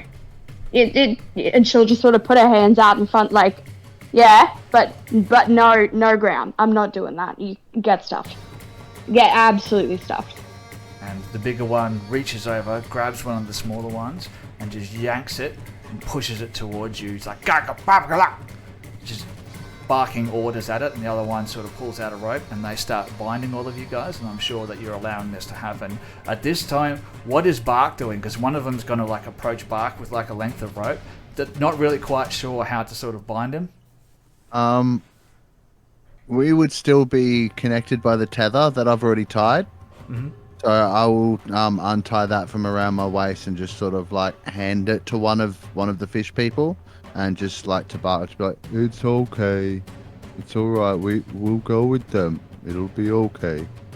And then hold my own hands out to be bound as well. Just I think Patch is kind of just grateful he didn't have to, like, he was starting to fear for Thrash and Bark and Jim Jar and himself, and he was feeling like he might have to do something again that he really didn't want to do. He's quite grateful that he's not having to kill anything today. Now, this is kind of important for my game plan, and this coming in big brain moment. So you know how Thrash has those neat little claws that she can unsheath whenever she wants? Mm-hmm. There may be a performance check involved in this, and I'm happy to roll one. But in terms of the line, where would we be in the line? Like, if I'm assuming they're sort of taking us away, sort of like tied, I guess in my head canon, tied together in a line. Would there be potential for Thrash to, and hear me out, I guess, for Thrash to be in front of Patch, so that as they're walking, Thrash can pop out a claw and start cutting the ropes, so that the ropes are undone, but then they can just pretend to have them tied, so that they can, like, it looks like their hands are tied, but Thrash just cut the ropes and they can get out whenever the fuck they want. So you guys, as they bind your hands, and they sort of start ushering you along, and you're traveling through the winding corridors of the Underdark, and they're sort of pushing you along. So there's like at least 3 or 4 of them in front of you, and at least another 3 or 4 behind you as well. So you're sort of in the middle. So if you want to make a what would be the right one? A sleight of hand check to see if you can cut through these ropes without them noticing. You can do that. It'll be contested by their perception, because they'll be keeping an eye on you at the same time. Okay, can I ask what? Oh, I suppose no, that's metagaming. I won't do that. Her sleight of hand is kind of good. Can I have advantage because it's a natural weapon and she'd already had her claws unsheathed, so it's not like she'd be popping them out inexplicably. They'd already be there and sort of clench, It's really so it's just not like sort it's of a big about movement. your hands are bound. You've got to sort of turn Yeah. one hand back towards them and sort of pick at them with the claws I see. to sort of Okay. cut through this Hessian rope or whatever it is that they Yeah. made the rope out of. It's actually made of fish gut. It's not Hessian, but you've got to sort of turn a hand back to sort of cut through it. So that's what the No, that's fair. sleight of Yeah, hand is for. just thought I'd ask. But Gotta check. I will tell you this. If you don't want to do it and you want to do it at some point, it might just take an action to sort of try and cut through them. Okay. Sorry, I rolled before you said that. I might just do that. Not because my roll was bad, because I rolled before you said that. Yep. But just because it seems like, I guess it would be really easy for me to do that, and would a 10 be enough? I'll just take it as it is. Would a 10 be enough? So let's just go with the passive perception because you're walking for quite a little bit of time here. So I'm going to use their passive of no, that's not going to be enough, unfortunately. You go to turn your wrist around to try and cut through one of these, and as you're doing that, it's just timed poorly, unfortunately. That big one turns back towards you and sees you doing it, and he just sort of backhands you. He's going to roll to hit you. So Yeah, I'm sure. let's go with that and go with advantage because you're bound. Yep, There we I'm go. sure with that. Yeah, so he just turns back towards you and just backhands you, and you take 7 points of damage. Shoot, okay. That's alright. I'm guessing I'm still raging. I hope I'm still raging. Yeah, look, combat's sort of wrapped up now, and we've gone beyond the limits of one turn. So No, I'm going to say you're that's not all right. raging anymore at this point, unless That's you want all to go back into a rage because he backhanded you. Nah, it's not No? worth it. All right, All good. so and the ones that are behind you have sort of got their spears like leveled at you, and they're sort of prodding you and poking you along as you go. And you guys travel for at least another hour through the winding corridor. So I'm going to need another Constitution saving throw from you guys. Can I ask, now that I've made such a fuss and off that intimidation roll, would they be viewing me as the main threat and so they're not quite as focused on the other two? Yeah, I'd say that's probably the case at this Okay. point. They've probably got their attention mostly focused on you. Awesome. Can I ask? This is kind of side to the game, so I just put it in a message on Discord. Can you check that and just let me know, please? Alrighty, making me change tabs here. Sorry, I got a nat 20 on my con save too. I got a 14. I'm fine. Thank God. Jim Jar, not me. Jim Jar got a 9. Jim Jar got a 9, so Jim Jar's going to take 1 level of exhaustion. Thrash, it was a DC 13, so you got a 14, so that's just enough, again, by the skin of your teeth. I hate to be that guy, but how exhausted is Thrash already? There was only One point. level. Only One one? level. Okay. So yeah. she's 13. So this con save was 13 This because one of the was minus 13. 1. But Yeah. Yeah. Bark failed again, so he's got That's- another level of exhaustion. I 2 will add levels of that. exhaustion. You can see oh, poor doggo. as Yeah, Bark is bump being into it. like pushed along, or basically like yanked along by the collar. You can see like his tongue is sort of hanging out of his mouth. He's like just breathing heavily as this thing's just sort of dragging. And there's another Kuatoa behind him, sort of like pushing him along with his spear. If Bark sort of lags behind, it just sort of uses like the middle part of his spear and just pushes on Bark's butt and pushes you along. And you guys travel through the Underdark for another hour or so, when all of a sudden one of the leading ones in the front just sort of stops, puts his hand out, and they all sort of come to a stop. And as he does that, all of a sudden, thunk! A spear just goes straight through this thing's face, just from right to left. And let's go for a short break, everybody, and we'll be right back. All right. Nice. That's so awesome. Alrighty then. See you soon, guys. We'll be right back if you're watching uh, live. If you're watching YouTube or listening back on Spotify or on a podcast version, this will be much shorter for you. But we'll be right back, ladies and gentlemen. Stick with us, and we'll be back with more D&D action. Ta-da! And we're back. I promised it, and I always keep my promises. Isn't that right, Mark? Can I play the 5th? You took too long to answer, and you answered incorrectly, so I'm going to throw it over to you, Froth. I always keep my promises, isn't that right? He sure does every time. There. Guaranteed. See? I should... Are we talking about the same Sven? Or... Why do you think I play the 5th? I know that's an American thing, but I'm going to pull it in right now.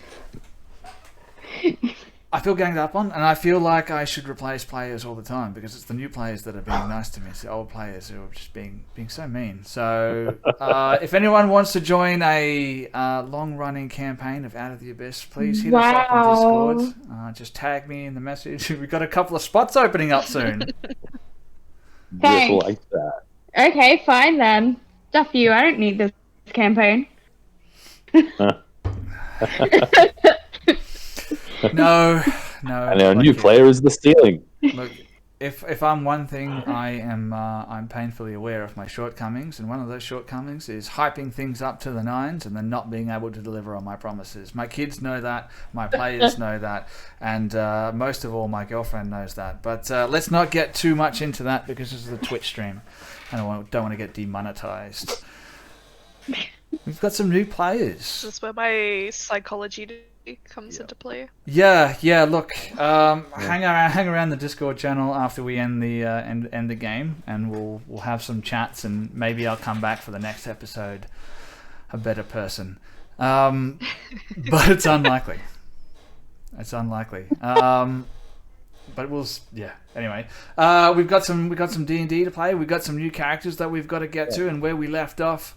Well, we just saw one of these weird fish people. He sort of stopped the party, put his hand up, and he sort of whispered something to one of his other party members before this spear just came hurtling out of the darkness and just hit this thing straight through the face. And as that happens, he collapses down to the ground with a gurgle as blood comes squirting out from the face wound that he has. He collapses down prone onto the ground with a sickening thud, and the other one sort of spread out into like a sort of defensive sort of position. And from running from out of the darkness is a whole group, even more of these creatures. These same fish creatures with large bulbous heads, slimy grey skin come running out of the darkness like chucking spears at this creature. It's pandemonium. Some of them start screaming and running. Other ones like engage each other in melee. And as they're doing that, you can see another one of these creatures as it steps out from behind a stalagmite. And it's like the other ones. It's the same thing. It's got these big bulbous eyes and this grey skin.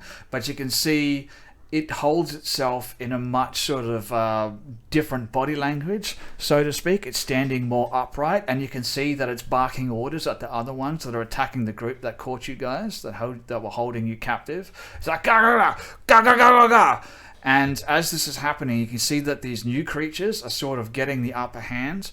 What do you guys want to do while this is happening? Trash, what does your strategy tell us now? Yeah. The strategy was find a better time to attack, and this seems like a really good time to attack. So Thrash is going to... Where's the nearest hostile one to us? Like, those other ones that were attacking us, Thrash wouldn't really consider them to be hostile, so where's the nearest hostile one?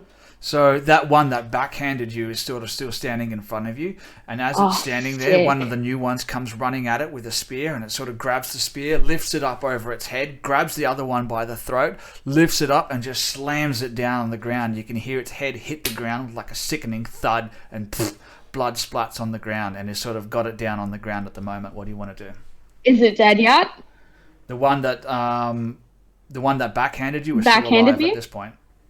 Oh, sick, awesome. That's what I like to hear. So, Thrash is going to take Cleaver off of her back and is going to go in for the decapitation, if you don't mind too dearly, and I will roll with disadvantage if it means that I get to decapitate it. And do I still get that extra rage because I'm exhausted? Well, that's that extra rage is coming from your what's the word? But I'll allow it.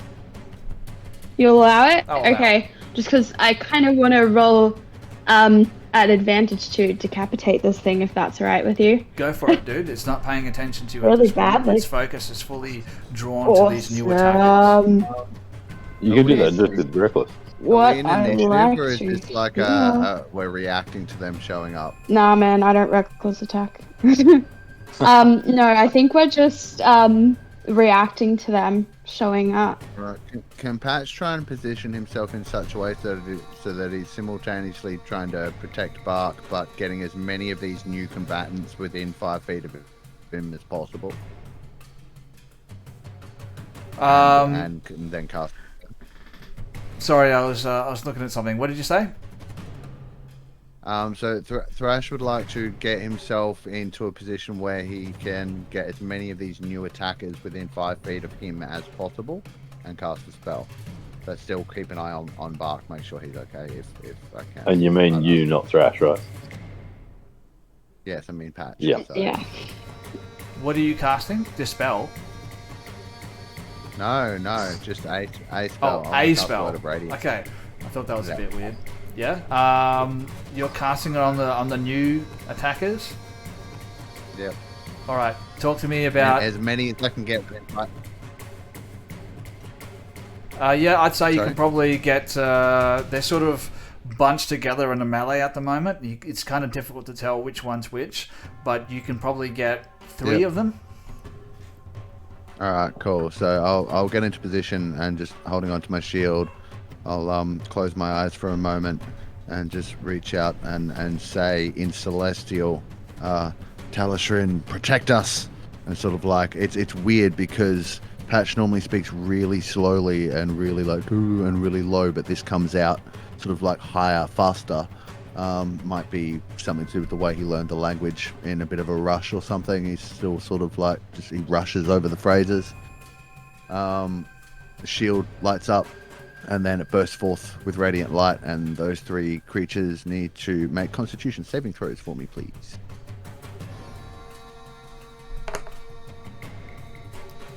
Okay. What's your DC here? DC is 14. All right. Pass, fail. 2 of them fail. They will each take 1 radiant damage. Maybe his heart's not really in it. Still learning. Yeah. And I think while all that's... yep. I was going to say, I think while all that's going on, our friend Jar Jar Binks here, sorry, no, not Jar Jar Binks, Jim Jars, would probably just think that everyone's crazy. This is madness. And he would just disengage. And is there somewhere he could like hide around, or is he a bit of a sneaky, cunning little guy by the look of it? Yeah, dude, no one's really paying attention at the moment. And I'd say, Yeah. yes, definitely. There is somewhere where he can sort of hide behind, maybe some low sort of stalagmites that he can probably duck Yeah. behind. But I will need a stealth roll from him. Yeah, sure. No worries.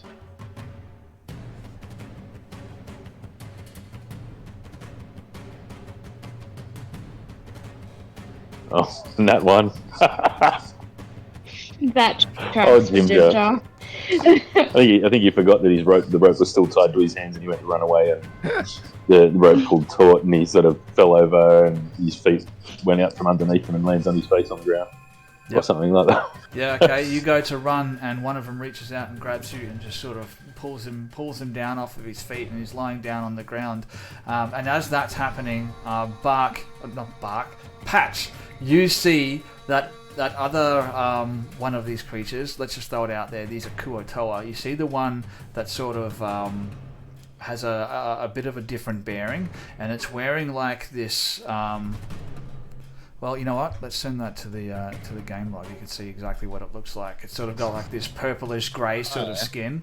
He's got like these necklaces around his neck that he's wearing, and they've got like these carved figurines of like bones and shells and all that kind of stuff. He raises that staff that he's carrying, and the one that he is actually carrying doesn't look like the one that's there. This one looks a little bit more.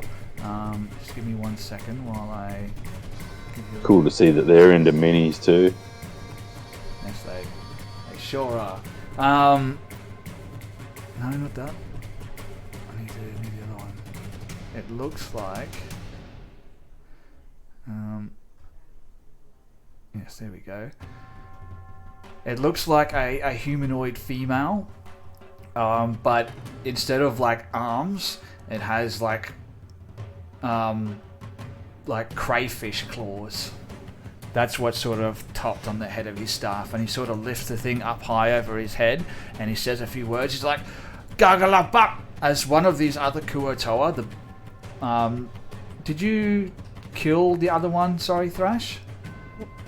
Yeah, I was just waiting on that. I got a 20 to hit. How's that do? Yeah, that does just fine. So it sort of grabs this thing by the throat, slams it down, and you bring your axe, wha-boom, and you sever the head, and the head flops down to the ground, and the body just sort of stays there, still holding this other one down on the ground, and the other one just sort of panics and sort of like pushing it off of him as the blood sort of drips down onto its face, and the body falls over towards the left as well. And another one of these creatures goes running off towards this other one, the one that I just put on the game log, and it lifts its staff up, slams it down on the ground, and the one that's running towards it just stops in place and just topples over, just completely stiff. And while that's happening, you can see that these new attackers are sort of getting the upper hand, and the ones that had helped holding you guys captive are now sort of like they're either dying or dispersing. What do you want to do? Thrash will just continue to fight against the ones that have attacked, that had taken them hostage originally. But she's just keeping her eye on the dude with the staff, because even though they're saving them, she's not fully trusting of what's going on here. But yeah. All right. My bad. We're supposed to be fighting the ones that captured us originally. Yeah. Yeah. That's why I was very confused when you started murking the other one. At least he only did 1 damage. Yeah. I think Jim Jar would try to untangle himself, or untie himself from the ropes, realizing that he's the folly of his ways. As sneaky and cunning as he is, he didn't realize he was tied to the rope. Alright, so in response to that natural one that Jim Jar rolled before these things start to disperse, one of them's going to try and grab hold of Jim Jar before it tries to take off. So it runs over there and tries to grab him. It's going to roll a grapple check. Let's just roll something, and unfortunately it's just not enough. So it goes to grab Jim Jar, and it grabs hold of his shoulders, but as it's doing that, I imagine probably Thrash or Patch, do you guys want to stop this thing? I'll stop Yeah, it if we can. if I see it happening. You do have an opportunity because Jim Jar's sort of squirming and it can't get a hold of him. Okay. Can I try and use my net on him again, even though I didn't specifically say I picked it back up before? They wouldn't have. Picked it back up. Yeah, they didn't give it back to you. They took it. That's okay. Can I cleave him in half? Since I do rather enjoy doing that. Yep, absolutely. Just tell me how you kill him. Oh, awesome. Well, Thrash is gonna come up behind the one that's trying to grapple Jim Jar, and she's gonna be like raise the axe up, and she's gonna be like, well, looks like they caught you, and bring it down and cleave them in half. It's about time, Thrash. Where have you been? Where have I been? Where have I been? Yeah, Mr. Oh, what if they'll never catch me? You They caught surrendered. you? Yeah, You surrendered it's us. part of the plan. At least you have claws. I don't have claws. Well, that seems like a you problem, doesn't it? Not now. You're here to save me. Yeah, and thank fuck for that. Yes, thank fuck for that. Let's go. Alright, so as the last one of these creatures falls to Thrash's axe, I'll just show you there's more of these creatures now. And they just jeez. sort of surround you before you're able to leave, and that one that's quite clearly the leader sort of steps up in front of you guys and just eyes each of you off in turn, just sort of his hand resting comfortably on his staff, and he looks to you and he's like, Gargalak pop, Gargalak. Thrash just sort of turns to everyone else and she's like, "Oh fuck, are we about to be captured again? Is this what's happening? Like, we just got it. Is this what's happening again? I don't want this. I'm done." Hold, just wait. And Patch will step forward towards the leader we go, and folding his arms over like this in the sign of peace, and just be like, "We don't know what you're saying, but we really don't want any trouble. Please just let us go." You hear a Hoping couple of that this guy can understand common. You hear a couple of these Kuatoa sort of mutter to each other behind him. And the leader turns a stern eye back towards them, and they sort of shut up. And he turns back towards you, and he starts to bring his hand up in front of his face and starts muttering some more words that you don't understand. And it's like, Gargalak, Gargalak. Touches his throat, and you see this energy transferring from his hand into his throat. And as that happens, he sort of clears his throat.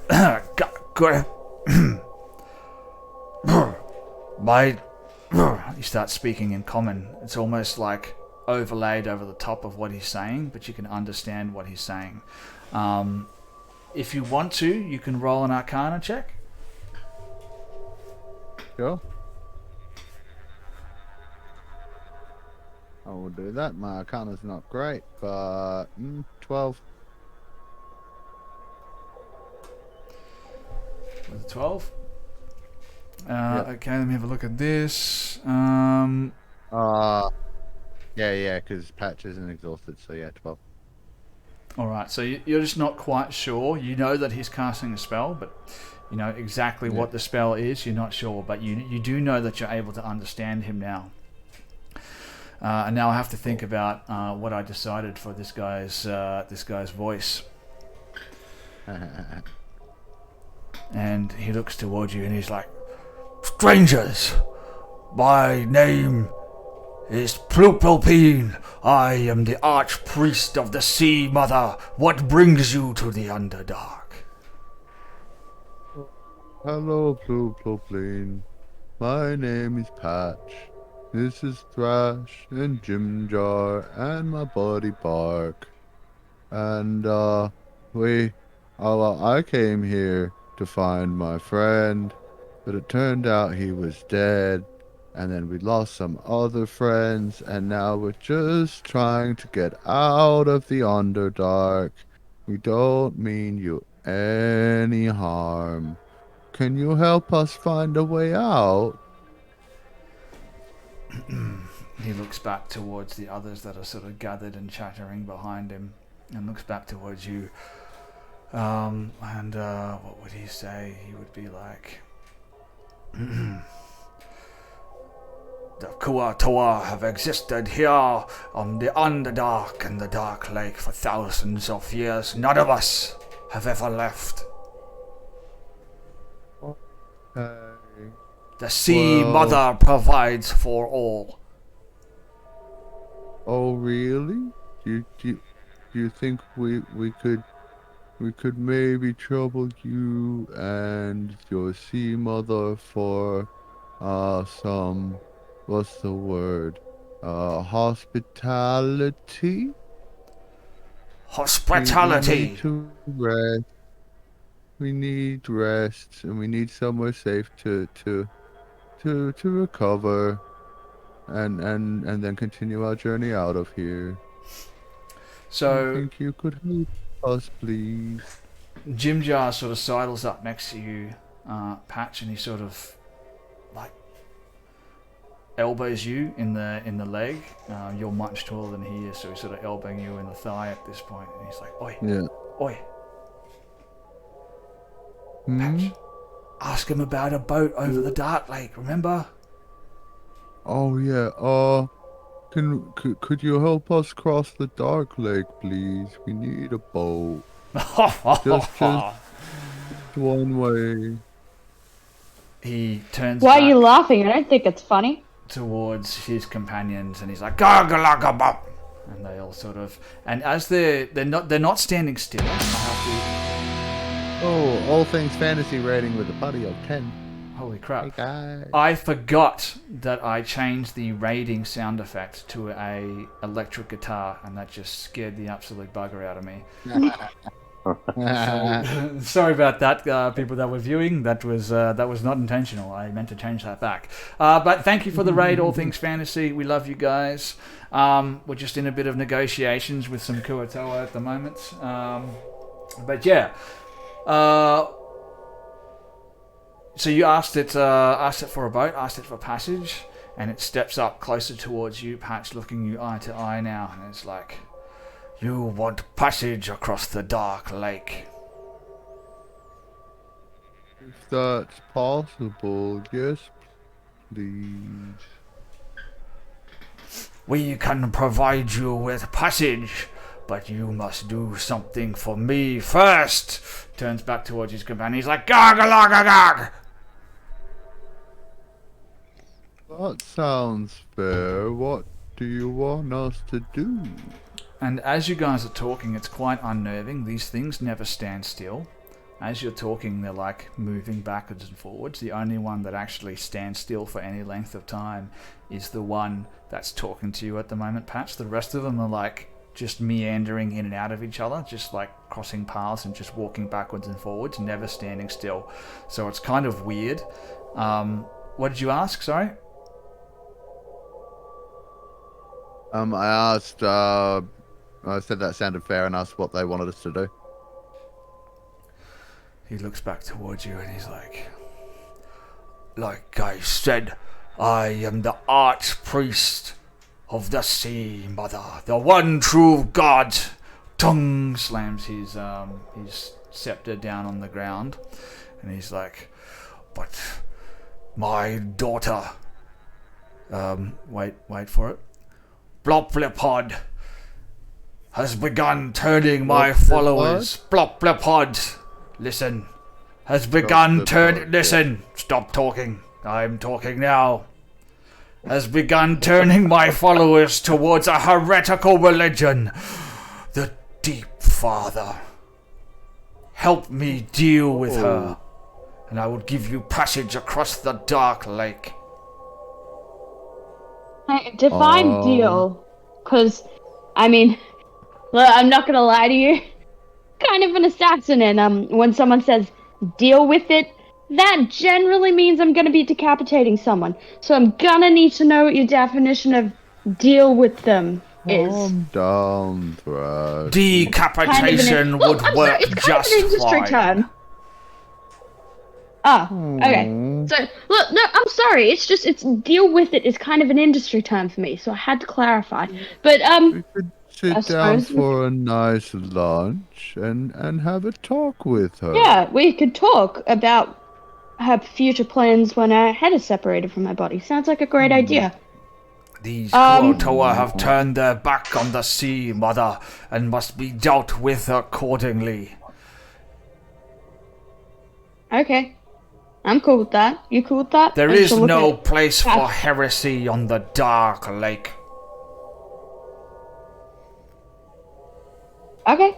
I'll take your word for it. I don't live here. I'm no judgment at all. You want them dead? I need a boat. Seems like a fair exchange. Halishrin is in everything. Oh no. Oh no. He stops and looks towards you and he's like, "What did you say?" And Thrash Not a is... drink. No, The no. essence that makes up all of the gods. You know about it, right? Thrash is going to take her massive paw and just whack it straight over his mouth and be like, "Acha-cha!" No, sorry, he just sneezed. He's got allergies. Yep, nope, that's fine. I will totally take care of that kid of yours. Having a bit of a rebellious phase, not an issue. Lobbing the head off works 100% of the time. And she'll just turn to Patch and she'll be like, "X-nay on the Shrin Bay." Yep, that's fine. Take me to wherever you need to take me for me to kill this person. Jim Joe would be sitting there just shaking his head, going, "Oh, here we go again. Jeez, damn it." Justice is Okay. inevitable, as are the tides of the Dark Lake. Justice will come for my daughter for turning my followers towards the heretical path of Lima Gugun. My daughter Damn is straight. gathering sacrifices to this heretical god even as we speak. We will take you there, take you into Slubladop, and offer you to her as a gift. Okay. When the time is right, we will Okay. spring our trap and bash in her head and spill her blood into the waters. Sounds I good. have one question before we do that. Looks back towards you. Is it a Can- illegal question? Is it a question Can- that I would be upset with? I don't think so. Well, maybe because you have trouble with doing it. But could we have some sleep before we go? That's fine. There is no Maybe. time. Even as we speak, my daughter is preparing the ritual sacrifice to Lima Gugun. I have 2 others already to gift to her, but 2 more will turn the tides into our favor. We must go. Okay. Yeah, it's gonna be a quick in and out job. Trust me. This is what I'm built for. One little thwacky with the cleaver, and we'll be on the Dark Lake at no time in a little boat. No probs. Looking you straight in the eye patch, he's like, "Perhaps you misunderstand me. This is not a request. Turn me down and we will simply hand you over to her as yet unwilling sacrifices in our trap." Well, there was no need for that. We were gonna help you. I thought we had a nice deal.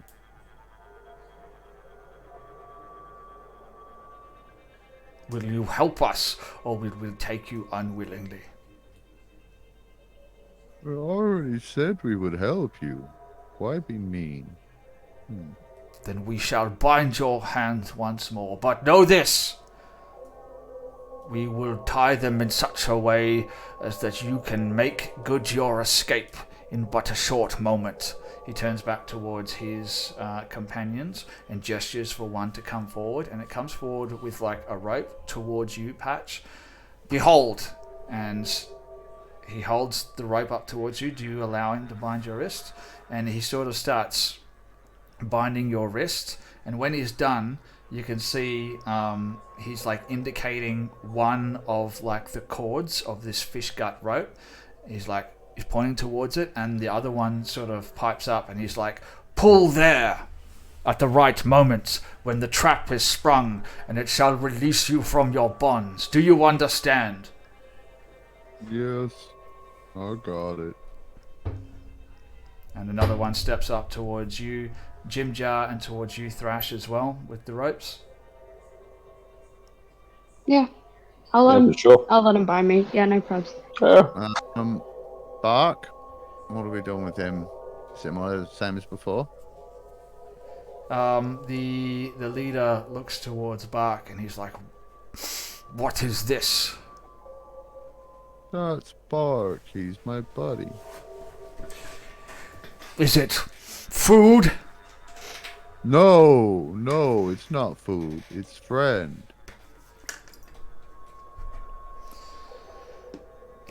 Alright, so he's looking towards Bark. He's like, does it speak? Not normally, but he can understand me. But that might just be a me thing. No, I can understand him. Oh, cool. Yeah. No, it's not just you. Will this Thank you. creature give away our ruse? No. You Roll, can't tell them what's going on. roll a persuasion check for me. Okay. Persuasion. I'm so good at these. Oh, so many ones tonight. Damn it. Okay. Can I give myself guidance? It's not going to matter. The Can I creature help stays. him? I'm gonna step up and be like, the dog comes, or we don't go. And I'm just gonna like stand really above him and be scary, and maybe intimidate him into letting the dog come. Alright, I'll get you to roll intimidation check. Oh, booyah. Okay, that is a 23. 4. Oh, minus exhaustion, yeah. Yeah. He takes a step back. And he motions towards one of his followers and motions towards Bark. And one of them walks over towards Bark, gets out a length of rope, and starts binding Bark across the nozzle, across the snout. Yeah, that's right. Yep. So I should just be like, yeah, he's coming, or we're fucking not going. He's part of our team. Like, seriously. I don't want to be that guy, but is he still going to be able to breathe with his mouth tied shut? He's got a nose, doesn't he? Yeah, but I thought dogs breathe, don't they breathe through their mouths? Isn't the nose more about smell? I believe they can breathe through their nose as well. Okay. Am I right? Correct me if I'm wrong here. Someone in the chat. I'm not watching the chat, but someone in the chat, tell me if I'm wrong here. But he should be able to breathe. And really, honestly, these things don't know that, so they're binding its face shut. Someone Google it. I'm doing it now. I'm pretty sure they can. Yeah, They can. It's just not their primary. They get more air through their mouth, which is the more common. No, he should be okay. Yeah. He'll be alright. He's a good boy. Yeah. I wouldn't say it'd be comfortable for poor old Bark, but No. he'll live. It's okay. For now. Buddy. It'll be okay, buddy. Thanks, Julian. Yeah, I was going to say that. Not well, but still can breathe. Yeah. So I'll just Patch will spend a moment reassuring him that it'll be okay. And thank you for the follow. And he sort of turns back towards the rest after they've sort of half-assed sort of bound your wrists, and he's like, "To slow blood up!" And they all turn at once and they start walking back off in the direction that you guys were heading, and they sort of get you guys to go along with them, and you spend another like 10 or 15 minutes traveling through the winding corridors of the Underdark. Notes. Have my notes out here, so you don't need to roll another con save just yet. But after a time, the corridor sort of opens up, and you spend a little bit more time walking, and you can see that now it's opened up beyond what your vision is capable of seeing, even those of you who have 120 feet or so. But as you continue, you can see... Sorry? I have 300. 300? Still can't see the end. But you can see the shores of a placid, dark lake sort of lapping up against the up against the shore. And as you continue walking, eventually you see at first, Patch, you can see what appears to be like a... I have to see sort of how high it is.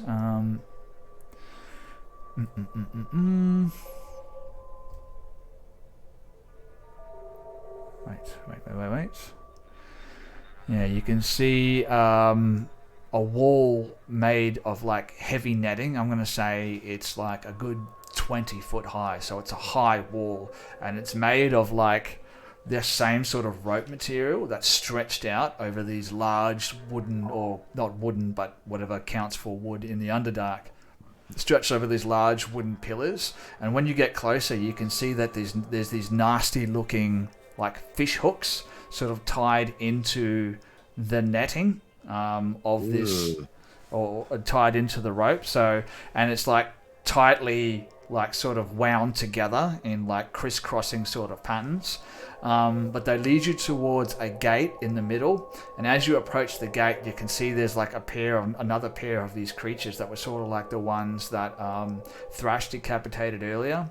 They're not carrying any weapons, but they stand like a good foot or two taller than the other ones, and just much more like solid than the others. And they step towards the side, and they sort of lift up and pull open this rickety gate that's sort of made from the same sort of material, and you step into what appears to be like a small community.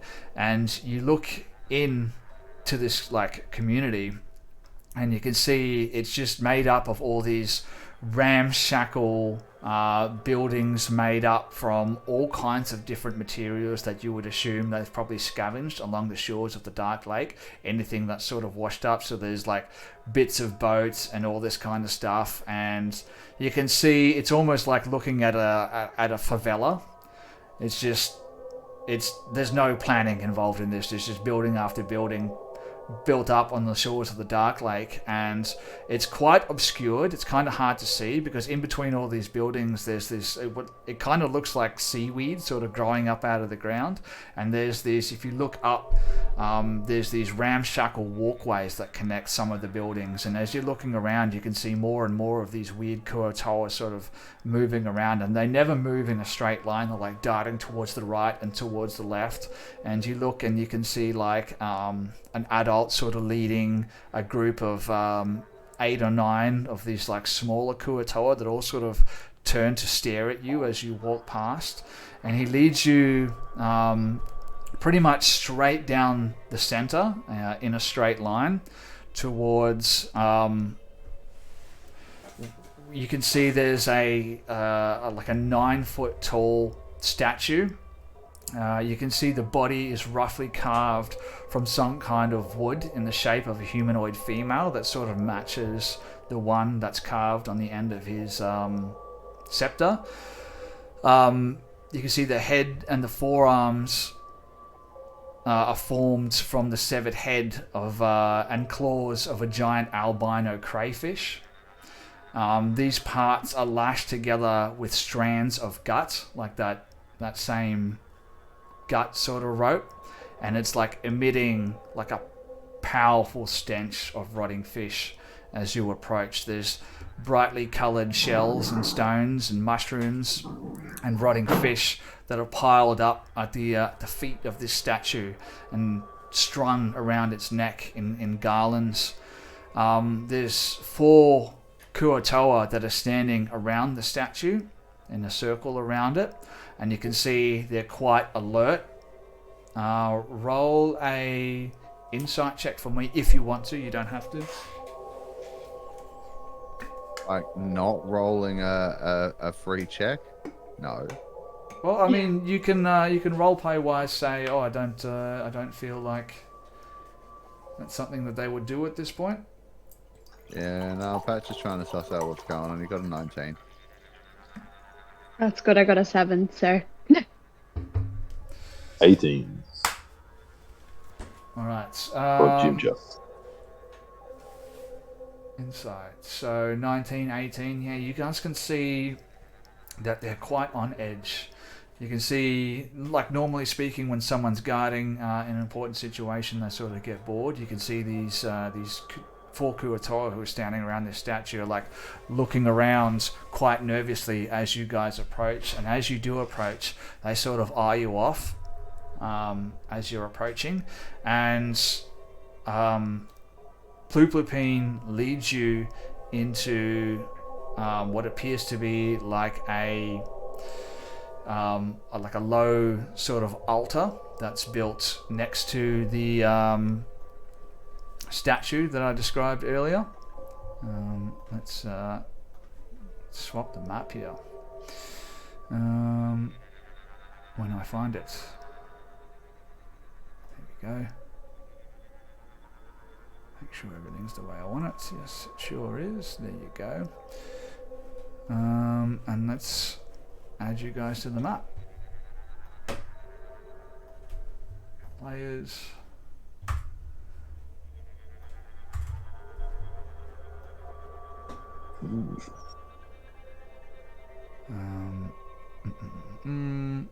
Patch, Thrash. Add you to it. And then we need to add 2 others as well. Where are you? There you are. Is the ground beneath us earth or stone? It's got like a stone bed, but Yep. there's also, like, especially near the shore, there's a lot of mud and stuff like that. For the And purpose of burrowing. sorry. For the purpose of burrowing, you can't burrow through stone, but you can burrow through earth. Is why I'm asking. No, I'm going to say probably not. All right. At this point. But they lead you past this statue, and as they approach a small, what appears to be ramshackle altar, you can see Pluplupine leads you towards what appears to be, it's basically just a, like a drawn tent curtain, and standing in front of it you see another one of these Kuatoa. This one looks a little bit different again, and wait, is that the right one? No, I'm pretty sure it's not the right stat block. There we go. No, but anyway, he leads you there, and he sort of nods to the one standing in front of this curtain, and it stands aside and pulls open the curtain, and you step forward, and for a second you sort of, your eyes have to adjust because there's like some small torches burning in the corners of this ramshackle sort of building, and you can see there's a couple of Kuatoa that are kneeling in front of an altar that sort of depicts sort of the same thing as that statue out the front. But Thrash and Patch, you see another 2 figures sort of sitting off to the side, and I imagine for you, especially Thrash, you recognize one of them, and I imagine that your heart sort of jumps into your throat as you see this person, because you see 2 people. First one is, I'll let you describe, what does this dragonborn look like, Froth? Yeah, it looks like a dragonborn. Right, no, it's a tallish humanoid, probably about humanoid shape. 6'2", but yes, very, very scaly, kind of like a blue type of sheen, carrying like a spell book and a scepter. When you look inside the dragonborn's eyes, it's almost like a glint of sort of like an electric kind of resonance within its eye, but very kind of proudly mannered and holds himself well. And his posture's very, very correct, and all the rest of it seems fairly learned from what you can see. All right, and that's one of the figures that you see, and the other one, Patch, you don't recognize them. Thrash, you recognize them immediately because they're dressed differently, but the person sitting on the floor is a drow woman. It's the same one who stole your amulet at the beginning of the campaign. Snap. No way. And as you enter this altar, they both look up towards you. What do you do? Can I roll a Constitution saving throw? What do you want to roll that for? To see if Thrash can contain. Actually, you know what? Fuck it. I'm not even gonna roll because I feel like played, she guys. is going to played. just be so overcome with rage. She is just probably for the first time in the entirety of this camp. Like, you've seen Thrash angry, but I don't think you've ever seen her this peeved off. Her eyes just glow red, and she just lets out this guttural, animalistic roar and just unsheaths her claws and not even runs, just dives straight for her. Claws out, everything, just ready to rip her throat to pieces.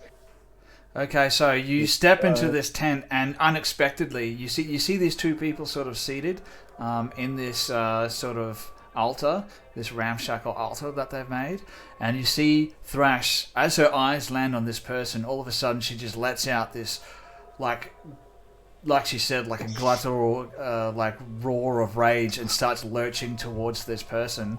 I'll actually get Thrash and Lady Verena to roll initiative for me. Let's see who acts first. You're what are you doing? taken completely off guard by this.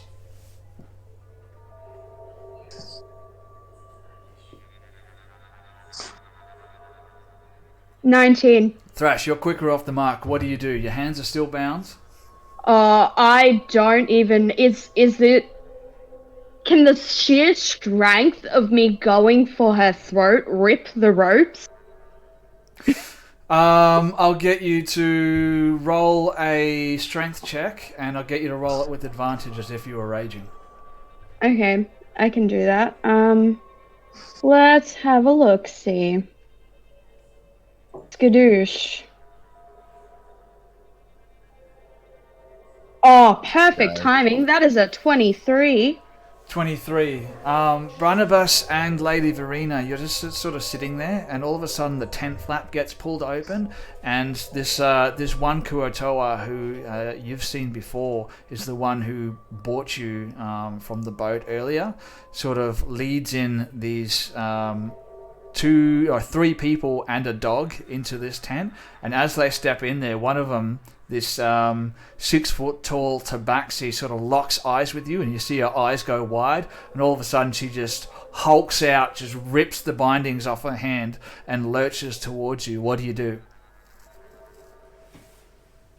I would. Can I cast Thunderwave as she's coming in? Shit! Just as like a defensive field kind of.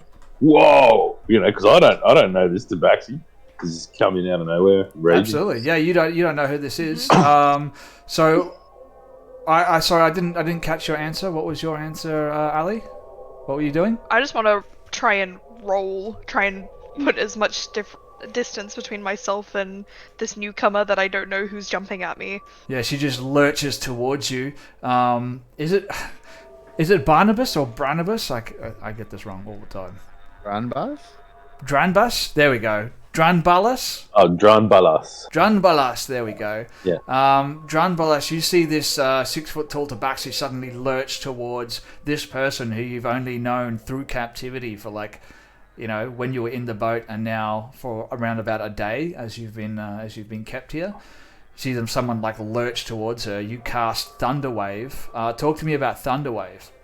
So Thunderwave is basically like a wave of force that you can't see, but just like a gigantic sound wave that pushes through, emanating from myself in sort of like a 15-foot cube type of area.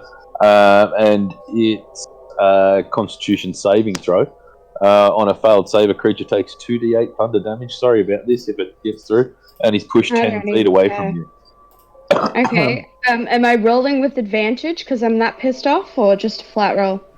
Just a flat roll because you're taken off guard by this. Your attention is fully transfixed on this I got drow. a 17. Are the rest of us close enough to probably be considered in this thing's range as well? What's the range on it? Yeah, it's 15 foot cube. 15 feet, yeah, absolutely. And I'm going to say that even the archpriest is in range of this as well. As you guys step in. And what about Bark, even though his token's not on the board? Yeah. Oh, poor little baby. Oh, Yeah. You didn't think about that, did you? Hey. Add Bark to... I'm going to say Bark and Ginger are probably the two entering last. So I'm going to say that they're probably outside of the range of this. But I will add them to the map here. So let's go. The Constitution save? I rolled an 8. Oh, it's not real good.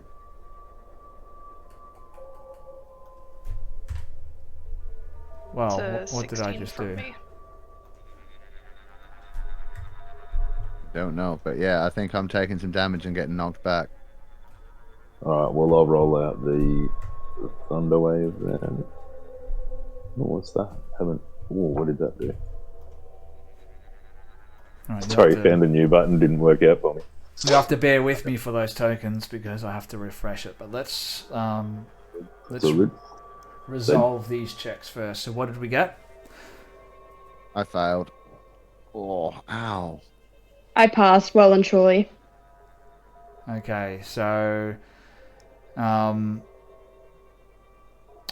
you're going to take that 10 points of Thunderwave damage. Lady Verena, I'm going to say you're sort of off to the side, so he's casting it on an angle to not sort of catch you, to try and force these people away from you. So you're okay. Perfect. Thrash, you got an 18, so you saved. Is that half damage? I got a 17, if that makes a difference. But That should still pass, I believe. Yeah, is it half damage or is it save and suck for us? I think it's half, mate. Yeah. All right. So half and then half again if you're raging, Thrash. I'm not raging, I'm just pissed off. Okay. So yeah, at this I was point, trying to send it to the game log, but I didn't have the haven't got the thing coming up. It's a leveled spell, isn't it? Yeah, it's at first level. Yeah. I'll pop it in chat for you guys. So it would definitely be a half damage thing. So what does this thunder wave look like? Oh, You but can't see it. it's a sound. It's really loud. Yeah, so anyone within 300 feet could hear this happen. So I don't know if that's going to upset the plans of our poor fish leader. I feel like it's going to. Yeah, so just trying to get something in the chat here. My thing's gone a little bit. As far as we know, Froth doesn't know anything about these plans, or John Ballas doesn't know anything. No, that's right. Yeah. He just knows this big Tabaxi's just come in the room. I don't think Speaking of which, you would have succeeded in knocking Patch backwards, but not Thrash because she passed her save. So she's still coming. So all You of are a so sudden, bad. this thunderous wave of energy just shoots out from this dragonborn. Patch, you go stumbling back, knocking over like a table, and all these like small trinkets, seashells, and all this kind of stuff go flying through the air. Oh! And the archpriest who was standing in the doorway just gets launched back out of the door, out into the open. But Thrash, apart from taking some damage, you're completely unaffected. What do you want to do? Awesome. I'm going to continue to run at her, and I'm going to use my 90 feet of extended movement to get there as fast as possible. I don't need it? Awesome. Okay.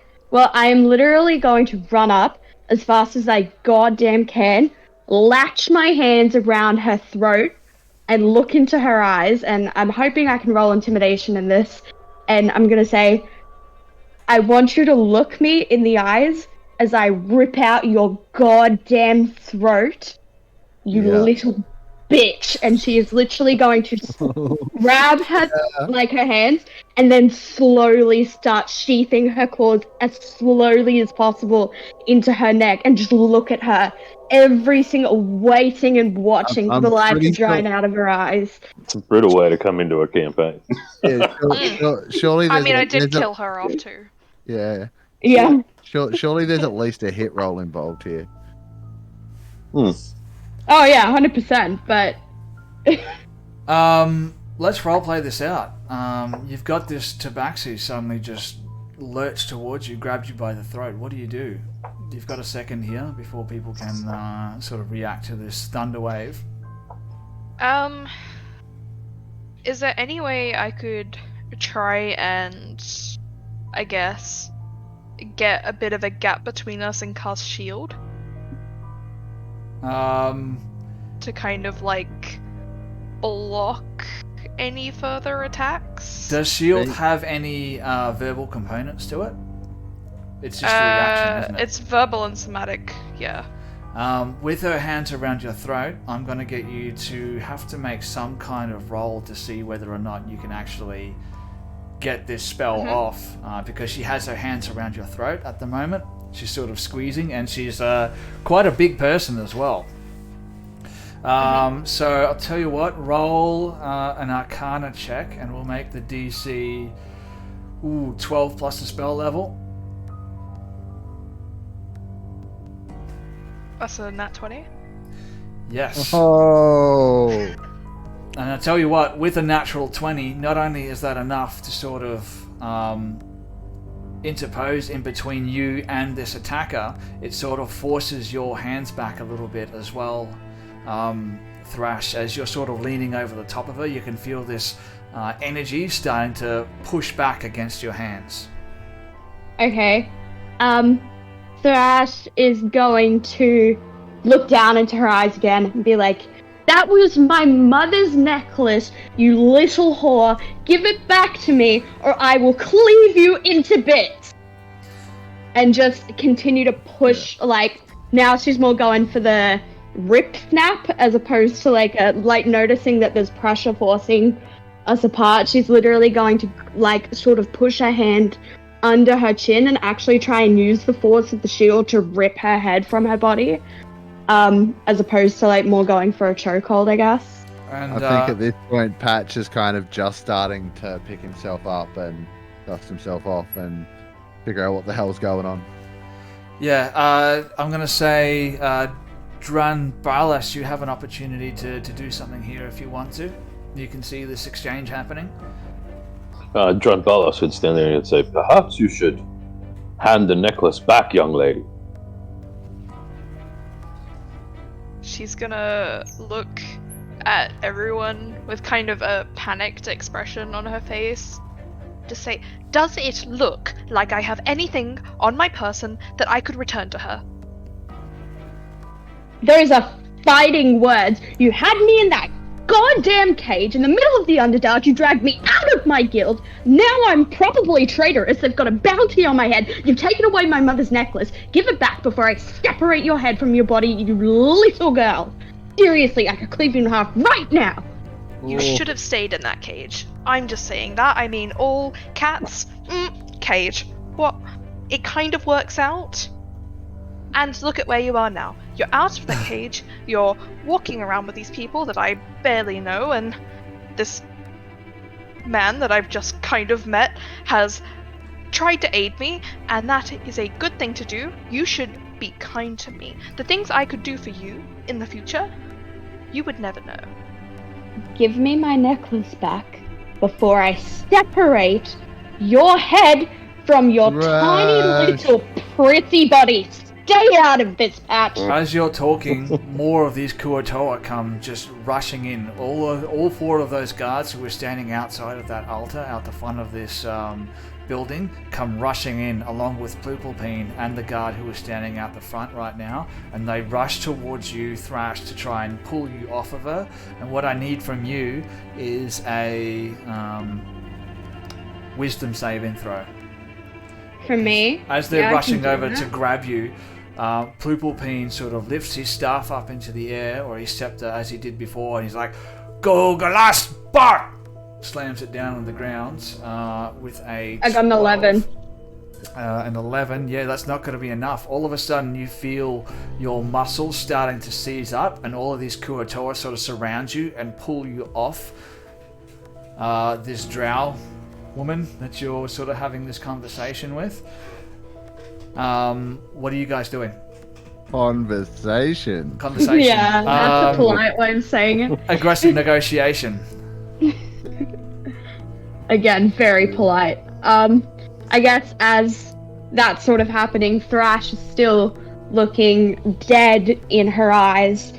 And she is going to sort of say, I am going to pursue you until the day you die. I just want you to know that every single second you are breathing, I'm going to be right there chasing you until I get my fucking necklace back. And then I'm going to rip your head and your limbs, limb from your body, and watch you bleed out until I get that necklace back. I promise you that. Let's have a look at the paralyzed condition. Yeah, you didn't say any of that. I Can't move or speak, so you're being held back for this That's Kuatoa, right. and you're like, you can't talk, and some spittle. Awesome. Right. Like you've been in the dentist. I think Thrash must sound like a lug cat right now.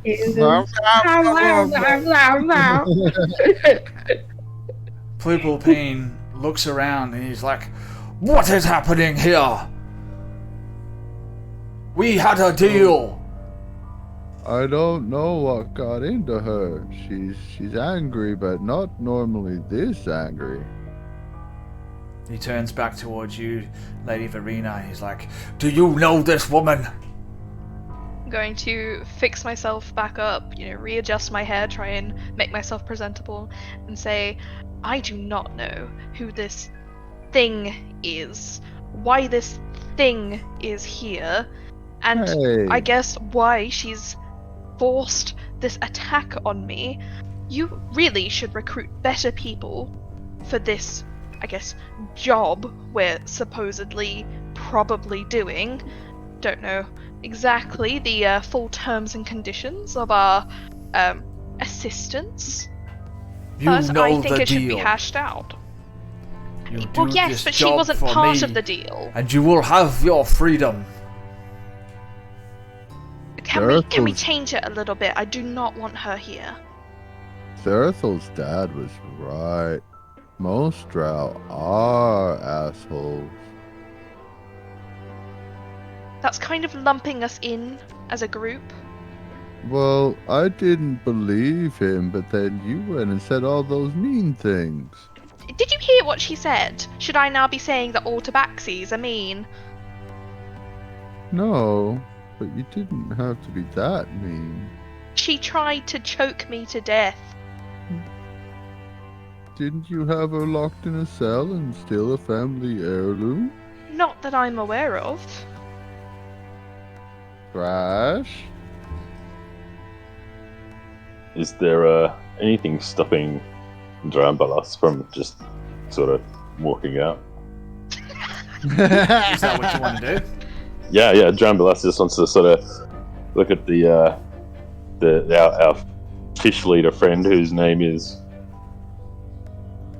Plupalpine? Please. Pooplepine. Yeah, he's just going to look across to Pooplepine and say, "Well, looks like you have this under control, good sir. Let me know when you're ready for the daughter mission. Thank you," and walk out the door.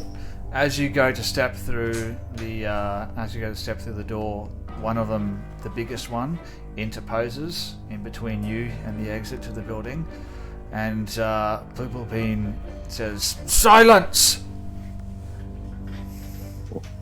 All right. You I have to must listen to this too." remain until it is time for the sacrifice, for the ritual to begin. Already you have put our plan in jeopardy. Tell me why I should not just give you as a sacrifice." Oh, yes, they would make fantastic sacrifices. Can we offer her as Hey. sacrifice as recompense for this whole thing? Well, I don't know if we need to go that far. I just mean everyone but myself. Let me know once you've decided. Sits down, crosses his legs, and starts looking in his spellbook. Are you sure this is the drow lady that can't did say the anything. thing? I know, but Patch doesn't know that. Can someone get him to let me out? There's like 4 Kuotoas sort of hanging on, and Plupalpine looks towards the Kuotoa, the big one that's sort of interposed between you, Drunbalas, and he's like, Blugolgog, no one leaves.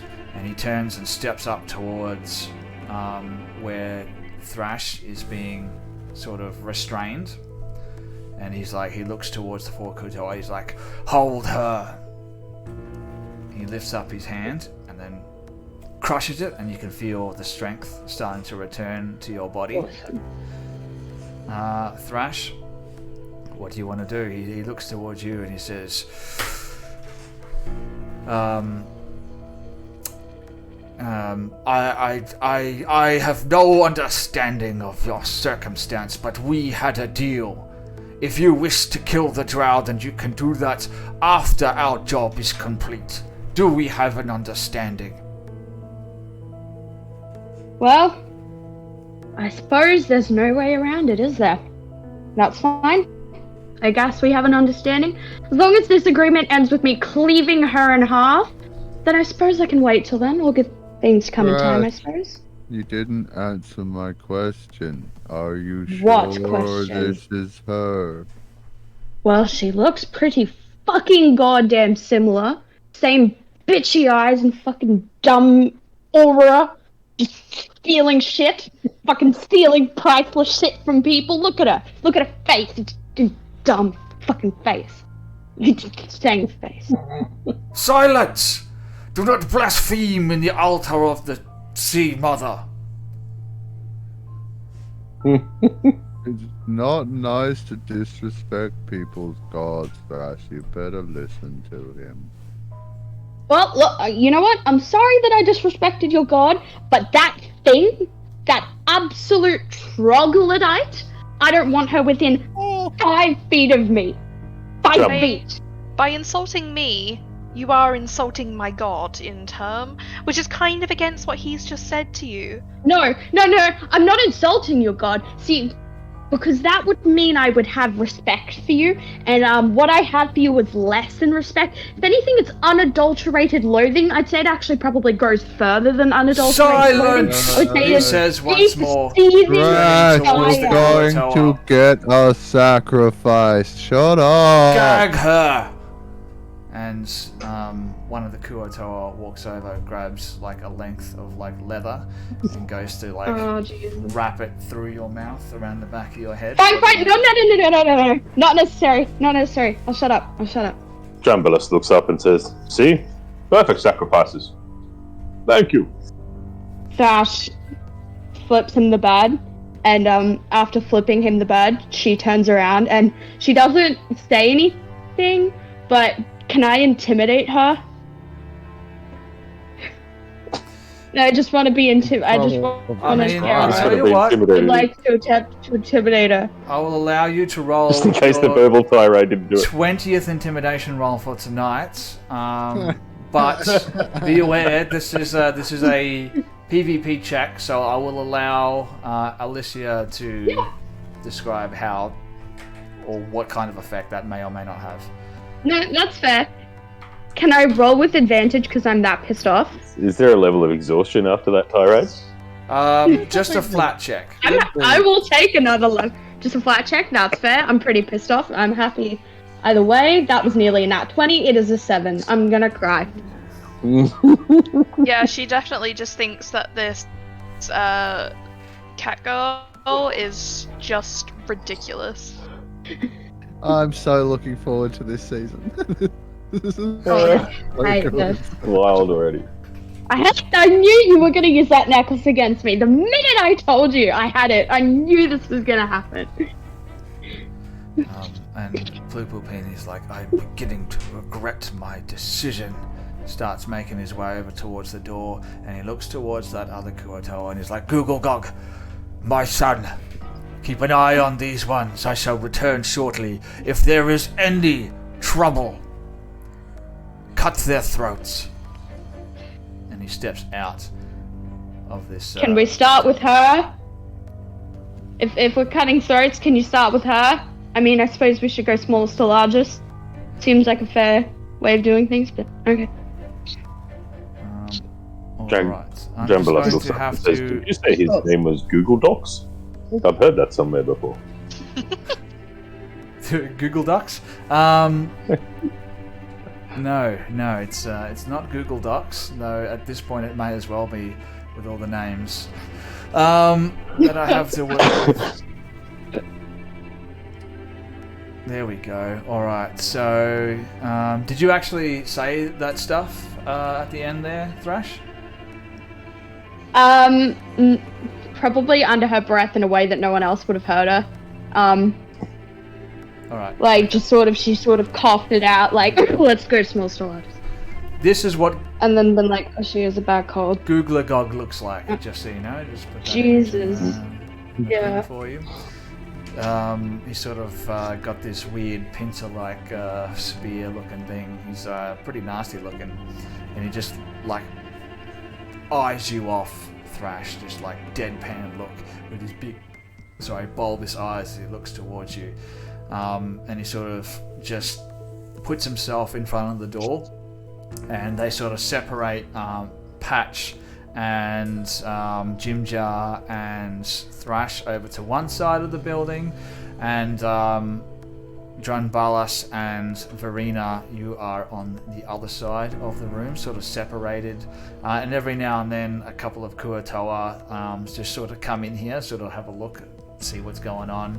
They kneel down to do their weird prayers and all this kind of stuff and mutter to themselves, and they leave some offerings and leave and all that kind of stuff, and there's just some like ritualistic things going on, but you guys have the time to take a short rest if you wish to take a short rest. But in the meantime, I imagine you're both just probably separated on the other side of the room, just like glaring at each other. Pretty much.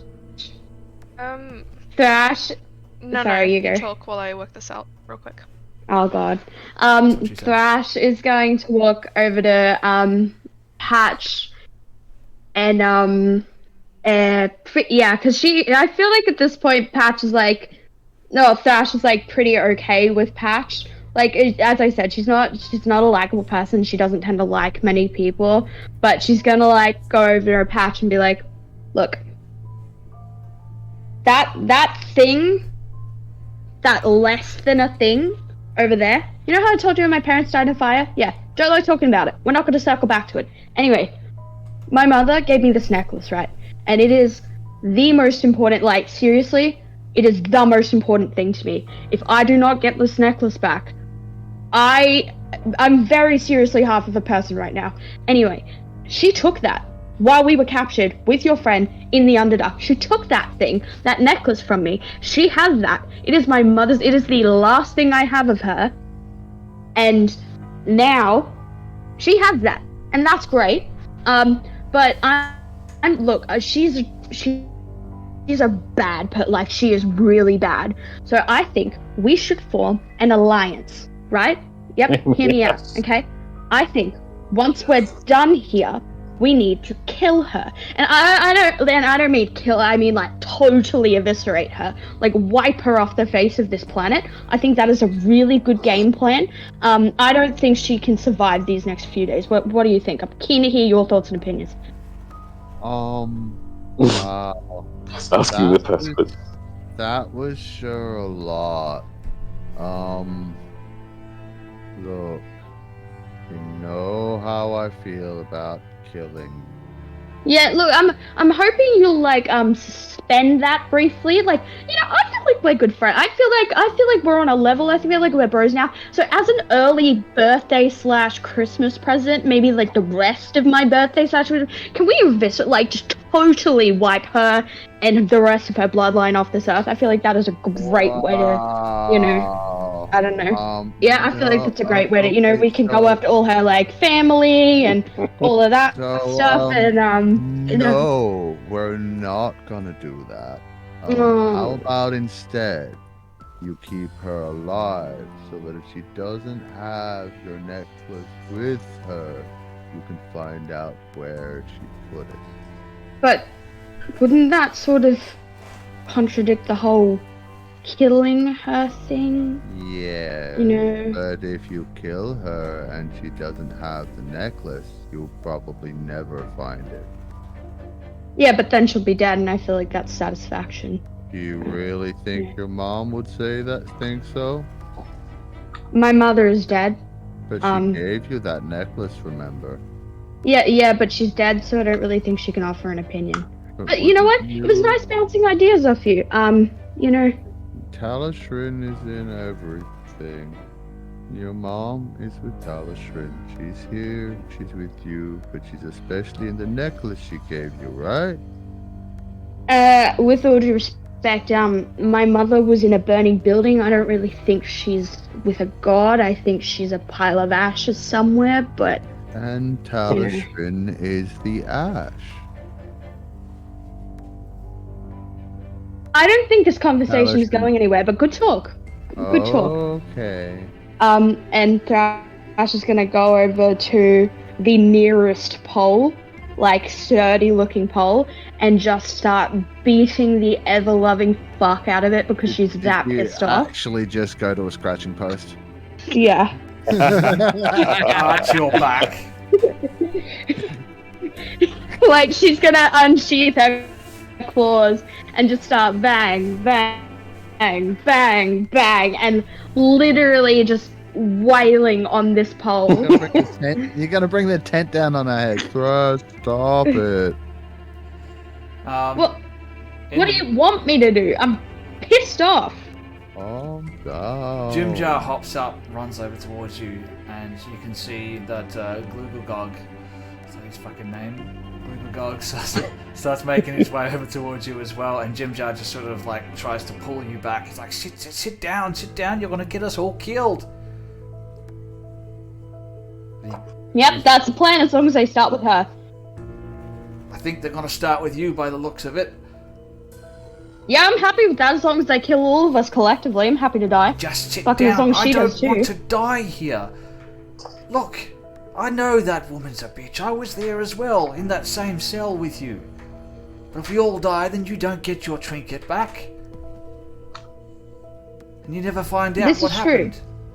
Now, This is very true. That's what I just said to you. let's just focus Basically. on the Yeah, task but at hand. Let's but you get this said it weird.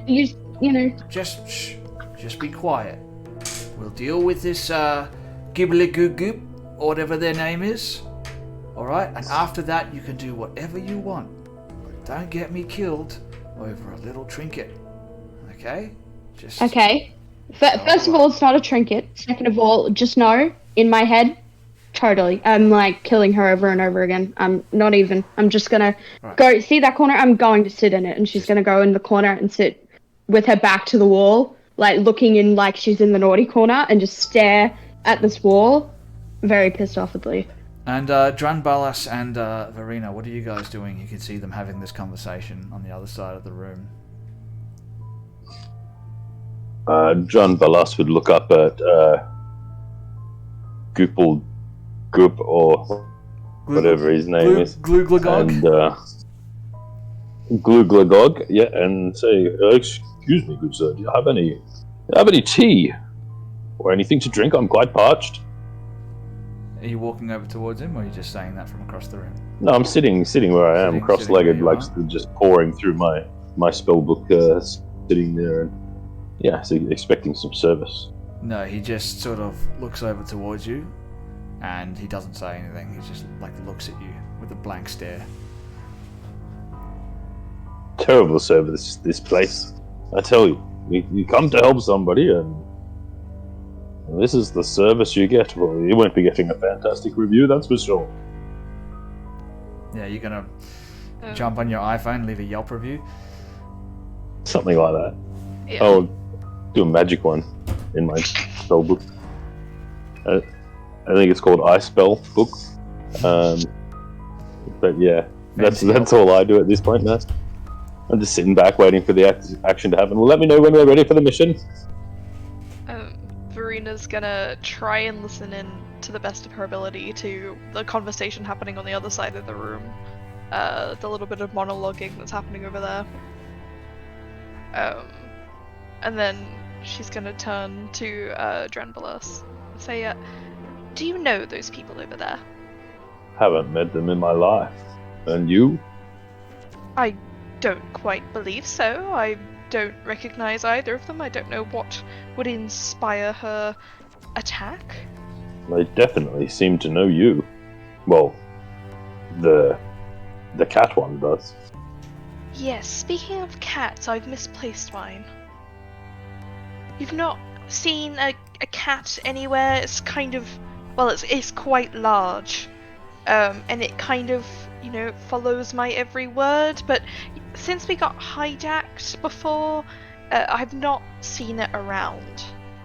I did see someone eating something that size on the ship, but I can't recall whether it was your cat. If it was, then their teeth would be very bad. It's quite metal. Right, no, not a metal cat. It looks certainly very fleshy. Right. So, if I see a metal cat around, I'll be sure to let you know. Yes, that would be quite helpful. I'm struggling a little bit with the uncivilized people in this room. Right, yes. So, have fun with that one. I thought she was coming for me. Well, thank you for your aid, either way. That's purely by chance, but you're most welcome. Alright. And that's, yeah. Yeah. I think where we're up to. Casting your eyes across the room now that the excitement has sort of died down a little bit. You can see, obviously, the altar that I described earlier. And you can see, in the time that you guys are waiting, every now and then, one or two Kuoto will come in, kneel down, and they'll offer just random things. And another Kuotoa, dressed in what passes as robes for a fish person, will come in and will take whatever it is that they've offered, and will take it and go back behind the altar. So whatever it is that they bring in, he takes it and goes somewhere behind the altar. You can see there's another sort of separate room that's sort of separated by another one of those sort of thick curtains made of that sort of seaweed sort of stuff that you saw lining the streets outside, sort of woven together. And as you guys wait for around about an hour, all of a sudden you can sort of hear the rising sound of some rhythmic chanting. And as that's happening, all of a sudden the curtain that leads into this building sort of gets pulled aside, and you see Plupulpine, and he looks towards Glugulgog, and he says something in a language that you don't understand. He's talking to him in his natural language. It's like, Gargalauga, Gargalauga. And he looks back towards you guys, and he's like, they will gather your things. Bind them again. The ritual is about to commence. And they start, those Kuotoa who are outside, they come in and they start gathering their stuff. And you can see now from that room in the back, you see more Kuotoa sort of filter into the room. And they bring in Hessian sacks of stuff, and one of them sort of is having a hard time carrying it. He slings it over his shoulder and plonks it down on the ground, and you can hear this heavy metallic clank as it hits the ground. And Plupulpine addresses each of you, and he's like, your equipment are in these bags. When the time comes for us to stage our trap, free yourself from your bonds as you were shown before, and spring the attack. Take your equipment. All that matters is killing the heretics. Do you understand? Bristol. Okay. Looks towards you. Yes, Ash. of course. Can you control yourself? You know what? As long as I get to slaughter someone today, I suppose I'll be fine. Blood shall be spilt. Either way. And she'll look at Verena, and as she says, either way, she'll look at her like, once this whole fight is over, I'm coming for you next. And they bind each of you in the same method that they did before, and they start leading you out of this building and towards the north. So you leave the building and you turn towards your left, some of them carrying these like bags of equipment, because they've taken all of your stuff and put it in these bags. All you have at the moment is just your armor. That's it. The rest are in these bags that these Kuotoa are carrying with them. And as you near the shore, you start to see these wooden docks that are sort of spread out, and you can see another sort of altar built on the shore. I don't know if I can send this to you guys or not. And Yes. I realized something, and it didn't come up in the last fight because I don't think I got hit with anything. But I realized I made a boo-boo when I was creating Patch. He's wearing a breastplate, which is metal, and druids can't wear metal armor. That's a thing of the past. It is? Yep. Okay. Alright, excellent. Yeah, so you can wear metal as long as you're proficient with it. You can wear it. Let's just say that you've got Okay. leather underneath it. I was thinking I could. I was just thinking it could be maybe it was specially made for him out of wood or bone or something. No, for the purposes of this, it will be metal, in case that becomes relevant at some point. But you've got padding in between it, and it's no longer a thing. Let's see if I can just show this image to you guys, because I think I want you to see it. So bear with me. Feel free to roleplay as you're heading towards this altar while I see if I can do this. Sven, do I have my glasses at all? They would not have seen that as a threat, so I will say yes. Yes, you do. Awesome. What about my map or my shield? Your map. Let's say you probably have your map tucked away somewhere, and they took it out, looked at it, put it back. Didn't really think too much of it, but probably not your shield. It's with your equipment. There we go. Alright, so we're being led out, so we've got to get back in to get our equipment. Is that right? Yeah. There you go. I learned how to do this. Counterintuitive. sick. Oh, that's awesome. You have to show me how to do that later, by the way. Very That's cool. so cool. That's a hectic altar. Yep. That's Yeah, so so cool. that's what you see. On Octopus Day? Yeah, I was gonna say. Exactly. I didn't want to give it away early, but yeah, it's so fitting that it's Octopus Day today, because what you see, you can see it's like a large hide cut roughly in the shape of a manta ray and stretched out on cords between like two support poles, and there's like a dead splayed out manta ray pinned to the center of the hide with two dead octopuses that are draped across the top of it, their tentacles pinned and artfully arrayed, their heads tied together and painted with red and blue pigments, and it like stinks, like it's really bad. As much as it smelt bad at the altar of the Deep Mother, this is even worse. This just smells of like the worst smell that you can think of, like rotting fish left out for like days and days. That's what this smells like as you approach this area. And like I said, Really sorry. I have to run to the little druid's room. I'll be right back. we're That's alright. probably bad timing. As we start, yeah, I know, but I really got it. But I'll be quick. Okay. that's alright. As we start walking up, Thrash will look at Verena and the new guy whose name escapes me. Sorry, I've kind of been interested in this whole I hate her guts thing. So she'll be like, Drambalas. okay, so put it Drambalas. Right. putting aside this whole I think you should die because you're an awful person thing, what's the game plan here? So you're here to kill the daughter as well? Yeah, of course I am. Duh. Can't see why we can't be friends then. For now? Oh no, you're good. Oh, Yeah, me? you're all good. Oh, okay. Yeah, you're fine. Cause see, you're fine because you didn't steal a family heirloom from a dead mother. I don't believe she knows who you are. Oh well, that's funny considering she kidnapped me, tortured me, and stole my heirloom.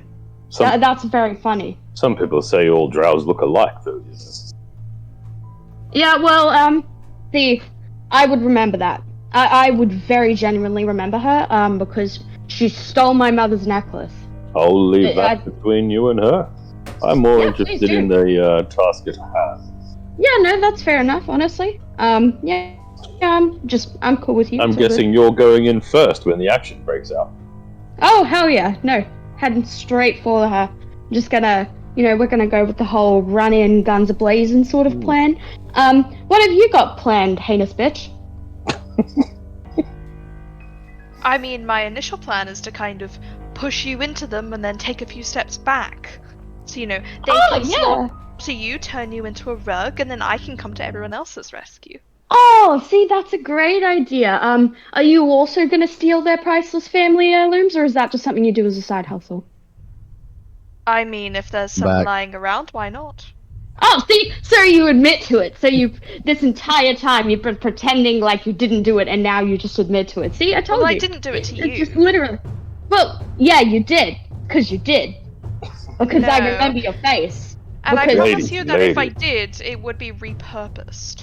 I believe there's an offering at hand. Can you smell that lovely aroma? Look at what they have prepared for us. And Thrash is going to look at her kind of freaked out and be like, oh my god, there's a rat on your face. Oh wait, it's just your face. No, it's fine. All good. No need to freak out. All good. Don't worry, I couldn't tell if there was a rat on yours. It's all kind of fur. Yeah, well at least, as I said, I don't go around stealing priceless family heirlooms from orphans. I mean, I don't know you. Yeah, well. Alright. As you guys are sort of talking between you, you can see in front of you Googlegog and Pluplupine sort of having a conversation back and forth as well, so they don't really notice your bickering back and forth. And 12 other Kuotoa sort of join you as you head towards where you can hear the chanting coming from, and you see that altar, and you can see arrayed around it is like, it must be 24 or so like Kuotoa all standing around it chanting. And standing in front of the altar, you see another pair of Kuotoa. I'll just zoom in so everyone can see those tokens. So you can see the two at the altar towards the north.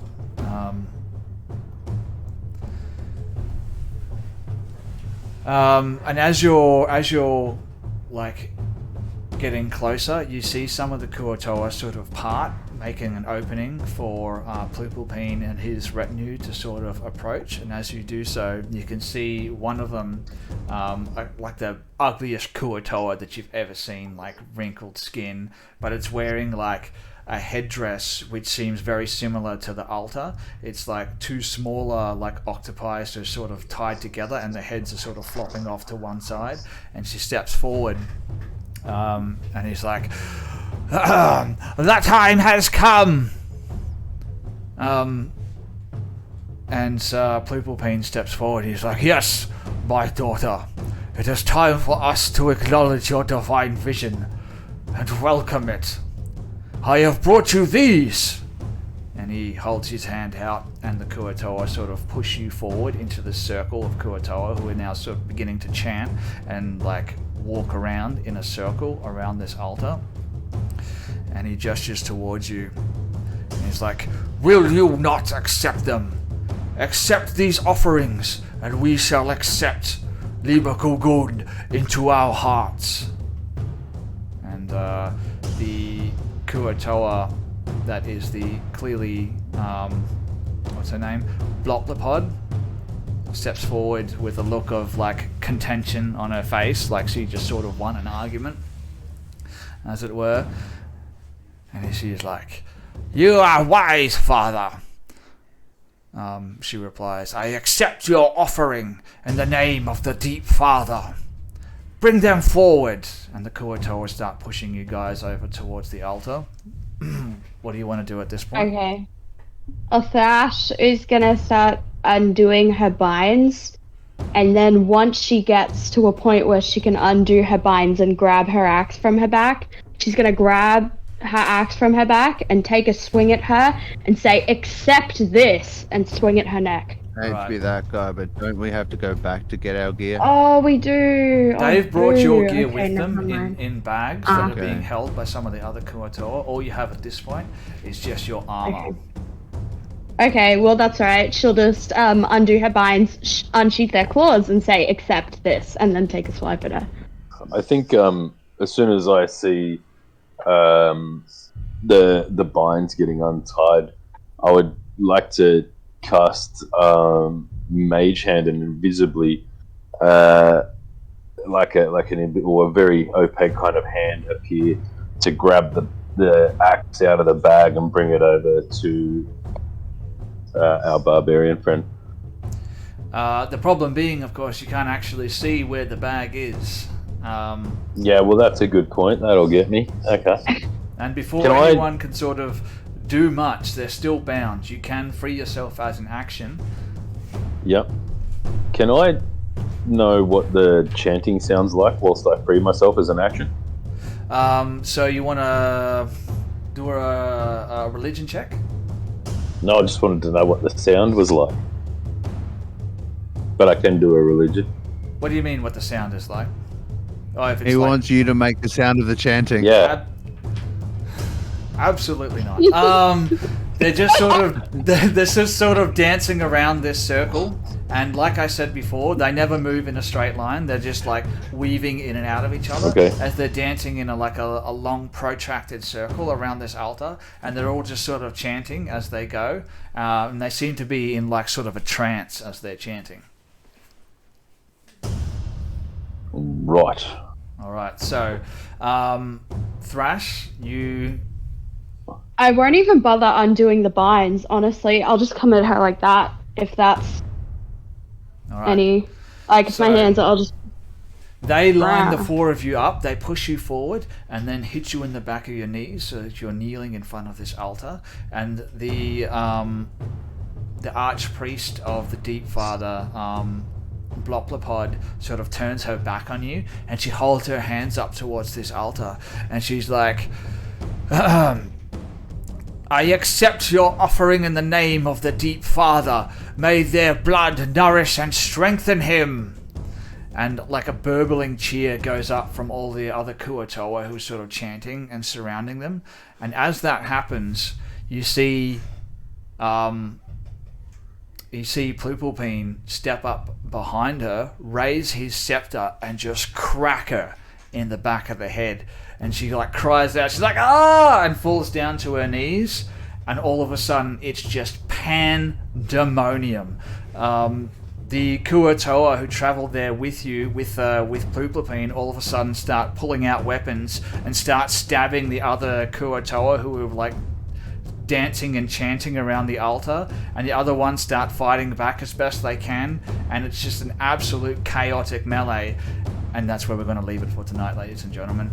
I had all my spells ready. I was about to go. I was so excited!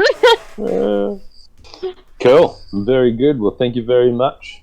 Yeah. Yeah. Thanks for watching, everybody. Yeah, thank you. Yes, for those who stuck with us for the live stream, thank you very much. We apologise we made you wait for so long for the next episode, but it's worth the wait, right? Yeah. Good to be back. Yeah. It is good to be For the back. record, before we go, in my head, the chanting to me sounded like "glupu do ji ba upi ji hu cha" or something like that. I There don't you know. go. That's That's what it sounds like, ladies. Before we go, and gentlemen, yeah. as they were chanting and circling you guys. Love it.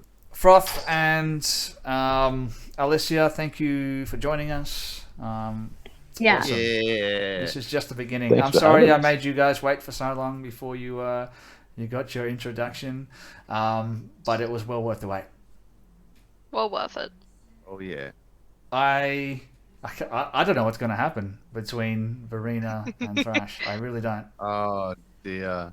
Look- I'm staying out of it. Is she actually that drow though, or does Thrash just think she is? Is what I'm thinking.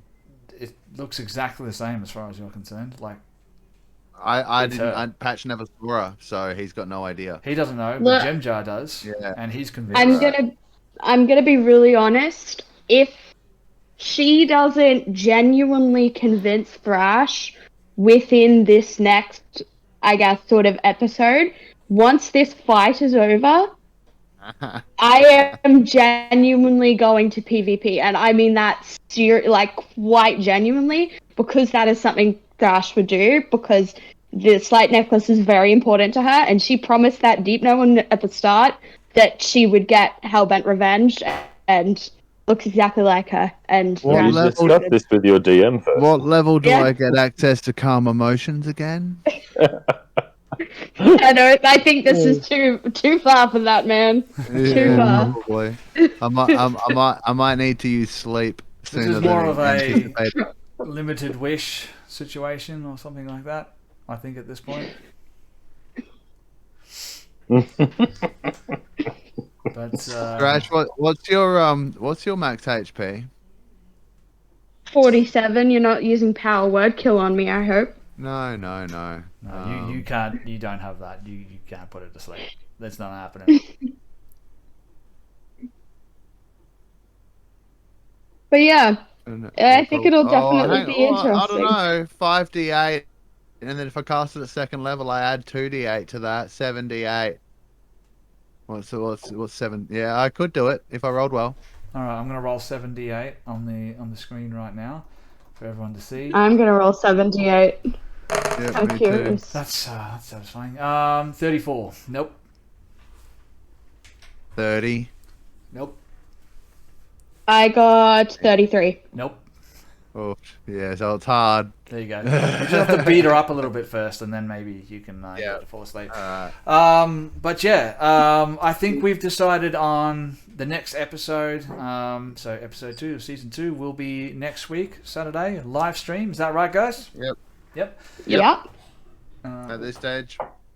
Wrong button. So if you want to catch the next episode, make sure you join us next week, same time, 8 p.m. Australian Eastern Standard Time, right here on Twitch. And then after that, I don't know if we're going to do a pre-recorded episode after that or not, but we will let you guys know, and we will put it on all the socials and all that kind of stuff. Give a warm welcome to our brand new players. Thank you guys for deciding to join us for this madness. This is only the beginning. I've got some crazy stuff planned. So yeah, amazing. But I think that's where we're gonna have to call it a night. And guys, weekly episodes of Out of the Abyss from now on. So more Out of the Abyss. And on that note, let's call it a night. Good night, everybody. We'll see you next time. See you next week.